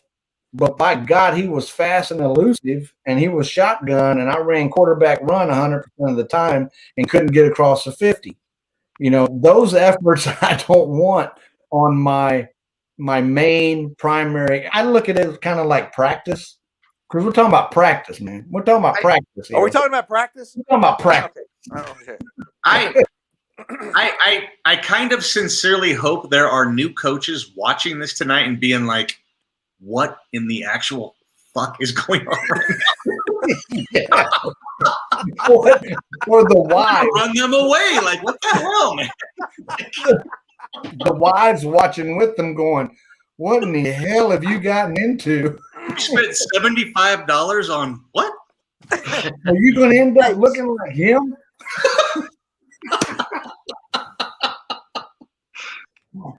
Is that what 1,000 like Harris, who spent probably 50 seasons experimenting with the wishbone, and his record is probably never going to be in the top 20. But he probably knows more about the wishbone than anybody that's ever played the game, at least in this current version. Right? Because he tried things like not having a quarterback. Right. Yeah. Not having a tight end. Not having a wide receiver. And are you really going to go out and run the shotgun and not recruit a quarterback? That makes no sense, right? But he tried that kind of stuff just because he thought it was part of the game. On purpose, or he did on purpose. Yeah, that wasn't one of my experiments where I ran out of money and realized, damn, I don't have a kicker or a punter. I know, like I'm like, you're not recruiting a quarterback, but yet I'm worried about this punter. Maybe I should worry about first downs before I worry about a fucking punter. I'll battle you for this punter. Don't try to take this punter from me. But in high school, the quarterback usually punts anyway, right? Exactly, because he's the athlete. Yeah. He's the middle linebacker. Yeah. The kicker. Hell, he's so good he holds for field goals and kicks them. Have a very low quarterback. I may convert into a punter. What do you think? It's kind of like that cartoon where Bugs Bunny throws the ball, hits it, runs to first, throws him out at second. I sometimes feel like that's the game we're playing here. Sometimes. Yeah. Absolutely. But the good thing about it is, overall, when we look at this, overall, is an opportunity for primarily old geezers who can no longer play the game because they either don't have the skills, desire, or ability. So those who can't, they coach. And wait a minute. Coach. Are you saying that when we get together in Vegas next year that we're going to have a flag football game or something? Is that what you're challenging? No, we're going to watch John Gruden destroy the Raiders. That's what we're going to do. Yeah, none of us, I guarantee you, none of us will be able to walk by the stadium and be mistaken for players. I guarantee you. There might be, can you go get me a hot dog, but there's not going to be, when are you going to go scoot up? Right. Okay. All right. I'm clear. Is it me or did Shannon just go dark? No, I think to visit my urinal. Hold on. He was looking for a disco light or something. Did you turn off your microphone? maybe mute next time, not just. I thought we were listening to an Alka-Seltzer commercial.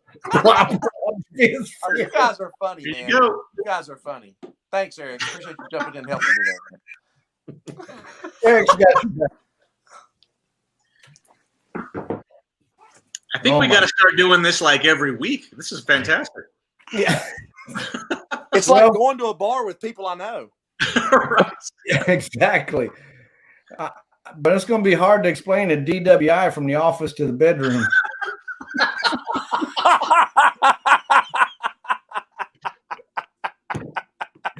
I can see me in front of the judge. Oh, Your that's Honor, sad. I swear to God, I was walking, and then I I got was just thrown minding in my the own public. business, right? Just standing here minding my own business. We were talking football. I swear to God. They threw And me then I into got public. thrown in the public. I wasn't in public. I got thrown in the public. Notre Dame box. You know what's It's bad is when Monty's you run fault. into a hooker named Notre Dame. Oh. Yeah, and you want no man. part of her box. Exactly. Oh. Oh. Or you take a hooker out and you find out she's got a wishbone. You know what? And no tight end. Okay. All right. Family channel. Family. But her dad got a Twitter's gonna shotgun. ban you guys. They're gonna ban you. Magic is going to edit this show down to about 25 minutes. Seconds. All the introductions, I think. Second. Yeah. That's good, except for the fact that it's live, Phil. Hey, wait a Yeah. minute. This is live? Good call, Phil, except it was live. Crap. Lord have mercy. This is why those police cams never work out with me, man. And Joe said we should rename the show to Magic Gets Drunk.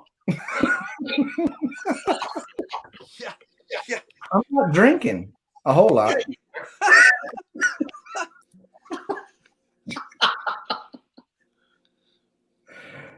What does this shirt say? What does that say?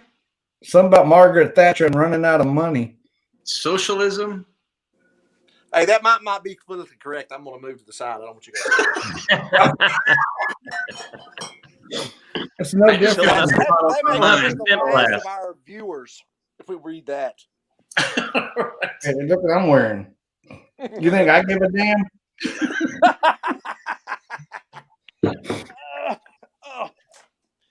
Well, this has been a great. We need to do this like every year. I love these 30-minute shows. Very concise, educational, informative. And it all started with Eric. It's all Eric's fault. You've been talking to my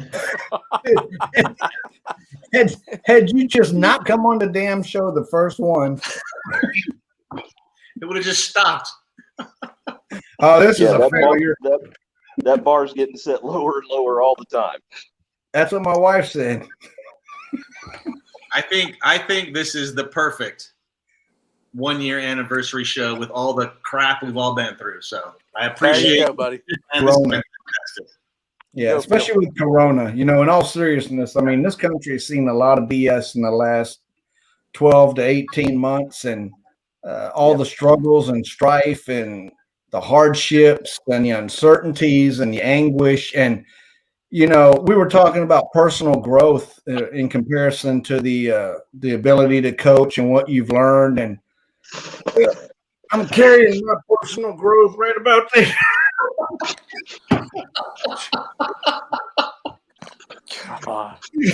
I read a thing that said You had me there for a second. during coronavirus, the average Americans gained like 20-some pounds. And I believe it. I mean, I've been working from home I was working from home for 2 years, and I went back to the office for about a year. And I've been back working from home since last March, since right before this show started. So, Is that a goblet you're drinking out of there, or what? it's original. Yeah. Yeah, man. What is that? A chalice? Is that the Holy Grail? What is that? So, He dug what it you're out. looking for it. No No wonder he does so well on GD. Wilson, baby. I got right here. It is. They excavated a pyramid over in Egypt, and he dug that out of a camel's ass.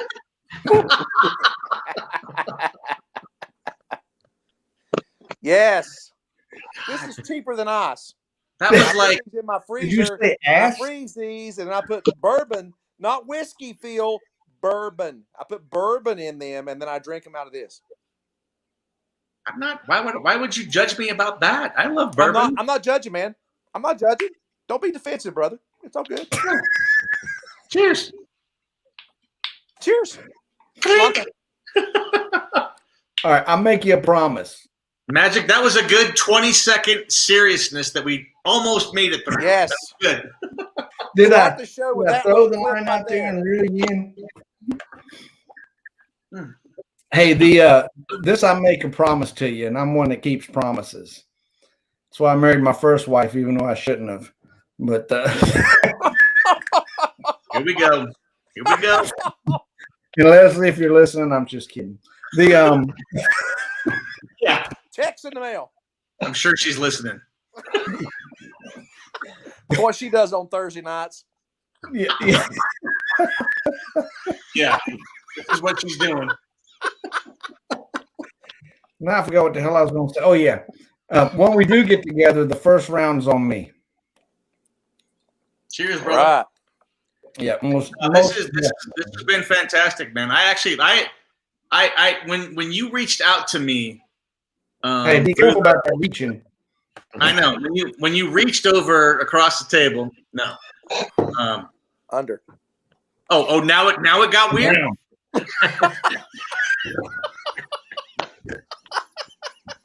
When you contacted me, What? I was going to say something nice. Forget it. I remember a year ago when you reached out and we started doing these, and I think I actually said a comment during mine where I was like, "Hey, everyone, stay safe," and kind of, and I don't think I realized at that time what exactly we were getting ourselves into, like for the rest of the year. It was just something that we said, right?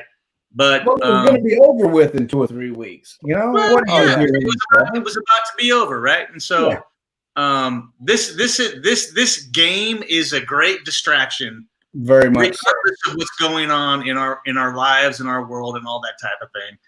I don't mean to be weird about it, but Magic, this show, like, I would never do this type of thing with anything else that I do in my life, but I'm doing it with you, and so I appreciate that. And hold away. Well, me too, I think.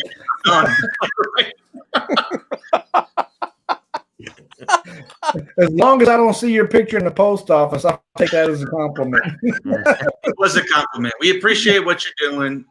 Yeah, it's been great. We all it really has been great. Appreciate you doing it, man. No, I enjoy it. You know that. It is. It's fun. It's a great outlet. It's a great opportunity for and there's multiple folds to it. The new guys get to learn something. The old guys get to share secrets in subliminal ways. And then, people in the middle like me, we just kind of listen and try to learn. And it's a good outlet for everybody. And I hope people enjoy it as much as we. I'll put it to you this way. If the listeners and the watchers, since we're on camera and stuff, if the viewers, we're on camera? What? Yeah. What? So quit making your damn nose. It's live. Yeah. It's live. It's all the way live. It's live. Yeah, it's live. Yeah, but there's oh my God. There's a lot to be said for the value of this distraction. And you said it's an outlet, it's an opportunity for us to put the world in the background for a little bit and 100%. Just enjoy the fact that we get to share a sport that we love in a way that we only wish we could do in real life. I mean, I'd love to be a college coach somewhere, offensive coordinator, even dealing with recruiting. But the reality is this is as good as it's going to get. So instead of me getting paid, I'm paying to do it. I don't mind one bit. Yeah.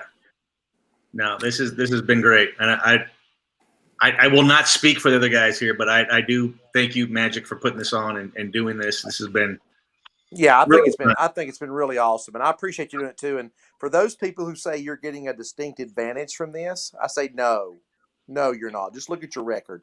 You're not getting a distinct advantage from this. You're not. My line, bitch. It is not true, Magic. It's not true. I'm here to support you. Dude, I have done a matrix. Man. Nice try. I have done a matrix since I started doing this show and my winning percentage, and it mirrors my stocks.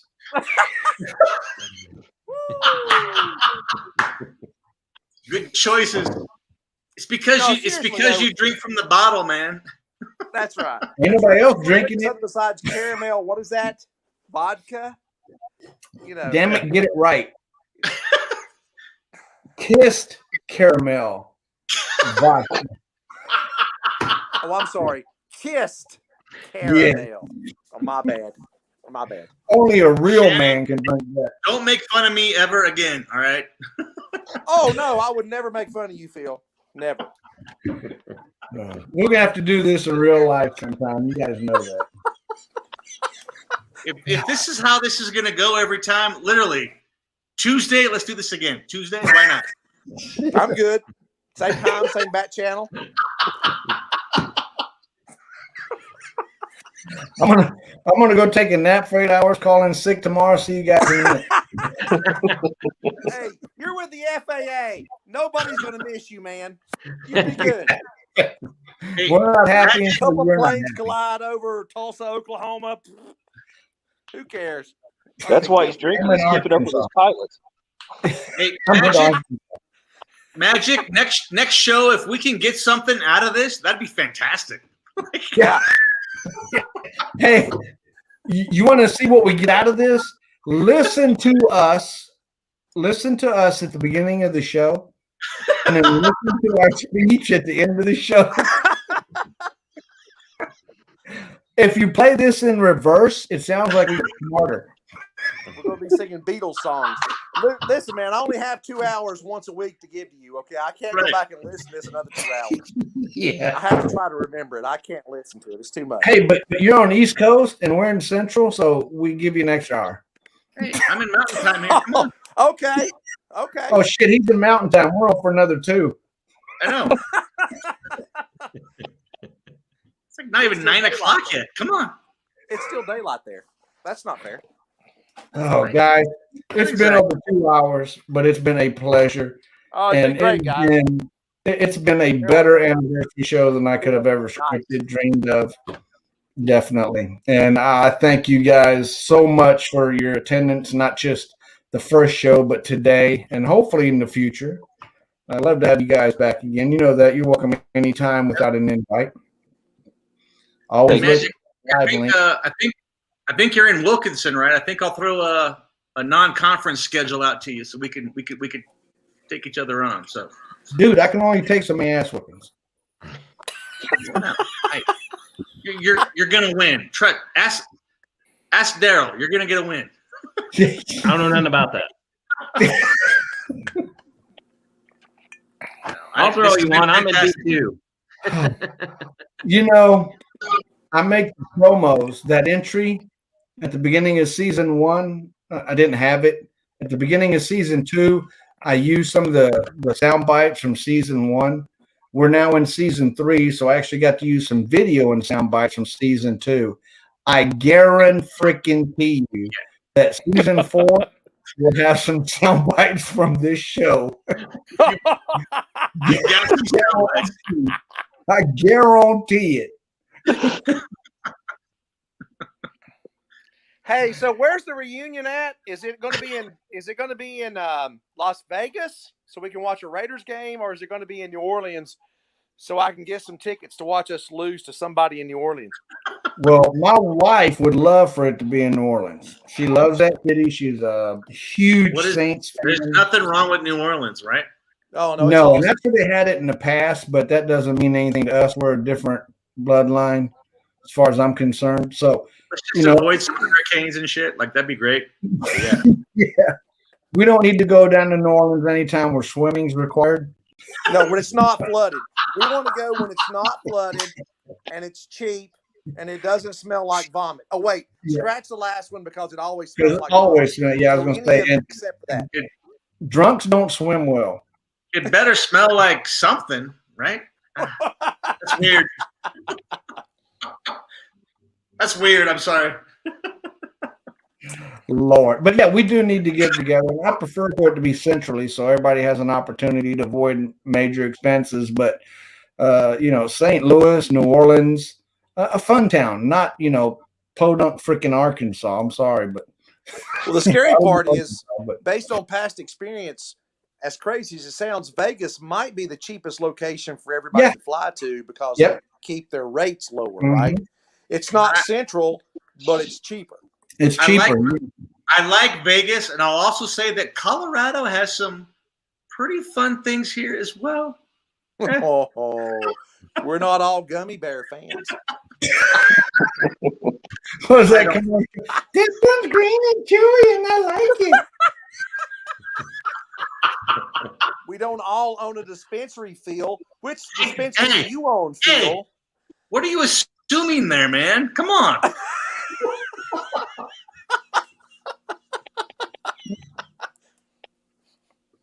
We grow them, you stow them. Let's keep it down south. Vegas, New Orleans. Let's pick one. Yeah. Let's pick a warm spot. Let's actually make it happen. I'll grow a beer. Yeah, and we get cheap hotel rooms because we're not going to do anything but puke in them anyway. You said cheap what? What'd you say? Cheap what? Hotel rooms. Hey, we'll do it during football season so I can catch a Raiders game because I can make all that work together because I'm a Raiders fan, so I got to make that happen. Do you know I named my son after one of my favorite Raiders? What? Alzado? Actually, two. Oh, Phil, stop. Mark Van Egan. Mark Van Egan is one of my favorite running backs. Really? Yes. Van Egan as a first name seems a little strange. How many R's are in that name? Too many.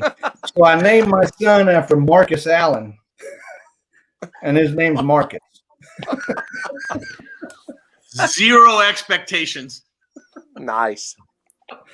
And the first time that kid, and I got video, the first time that kid touched a football on that team I was telling you about, he ran for about a 60-yard touchdown. And you were thinking I should have named him Marshawn. He didn't run over nobody. If he'd intercepted that ball, that wide receiver would have never caught him. Nice. Good Lord. Magic, I think you might have lost all your entire viewership for the rest of these series, but it's been a great being a part of your 1-year anniversary, man. It's been awesome. I'm glad I got invited. You guys being here. And thank you guys. I love talking to all you guys, man. We should do it more often. Seriously. Absolutely. And I'm just thankful this is live and not like the old way where I used to have to, after the show, upload it to the website, because if I had to do this one, there'd be a power outage in New York. Hey, fuck New York.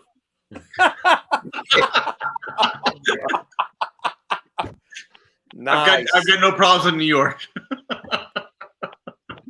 Not running for governor there soon. Nope. He gone. He gone. Hey guys, I love you. I mean it. Appreciate you coming on. We definitely have to do this again some other time, but this has just been, to say it's been fun is an understatement. Definitely. Eric. Yeah. Yes, sir. Shannon, Daryl, you guys mean the world to me. Definitely. Yeah, I've enjoyed it. Yep. Yeah. Magic, great, guys. Anytime you need a guest, let me know. I'll say something dumb. So I thought you were going to volunteer to go find one. Well, that too. Just show up like I do. That's the only reason I'm on here all the time. I just show up.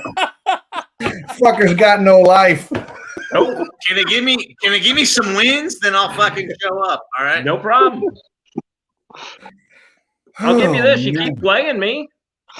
Hey, at this pace, Magic, every time, anyways, man. Come on. You're just gonna need people to show up. If that's the problem. I gotta stop doing this. Is what I gotta stop doing.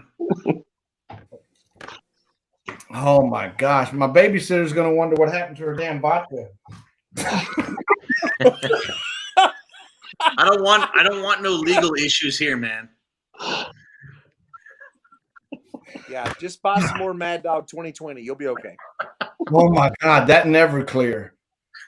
Kick a poo punch. Holy shit. Kick a poo, baby. Kick a poo, baby. Whew, get out of the damn tobacco fields and hit some of that. You are good to go. Shannon knows what I'm talking about. Trying to, no. trying to stay No, away from all the political shit, and here we go. Hey, there's been no political talk to this point. Don't bring it up. We've done good. This has been a purely non-political conversation. You guys are all awesome, man. All right. All right. See you guys. Magic, Appreciate it. you gotta end it, man. I love all you guys. We'll see you on the virtual field, right? On the forums. On the forums. On the forums. Here we On go. the forums. Cheers. Cheers.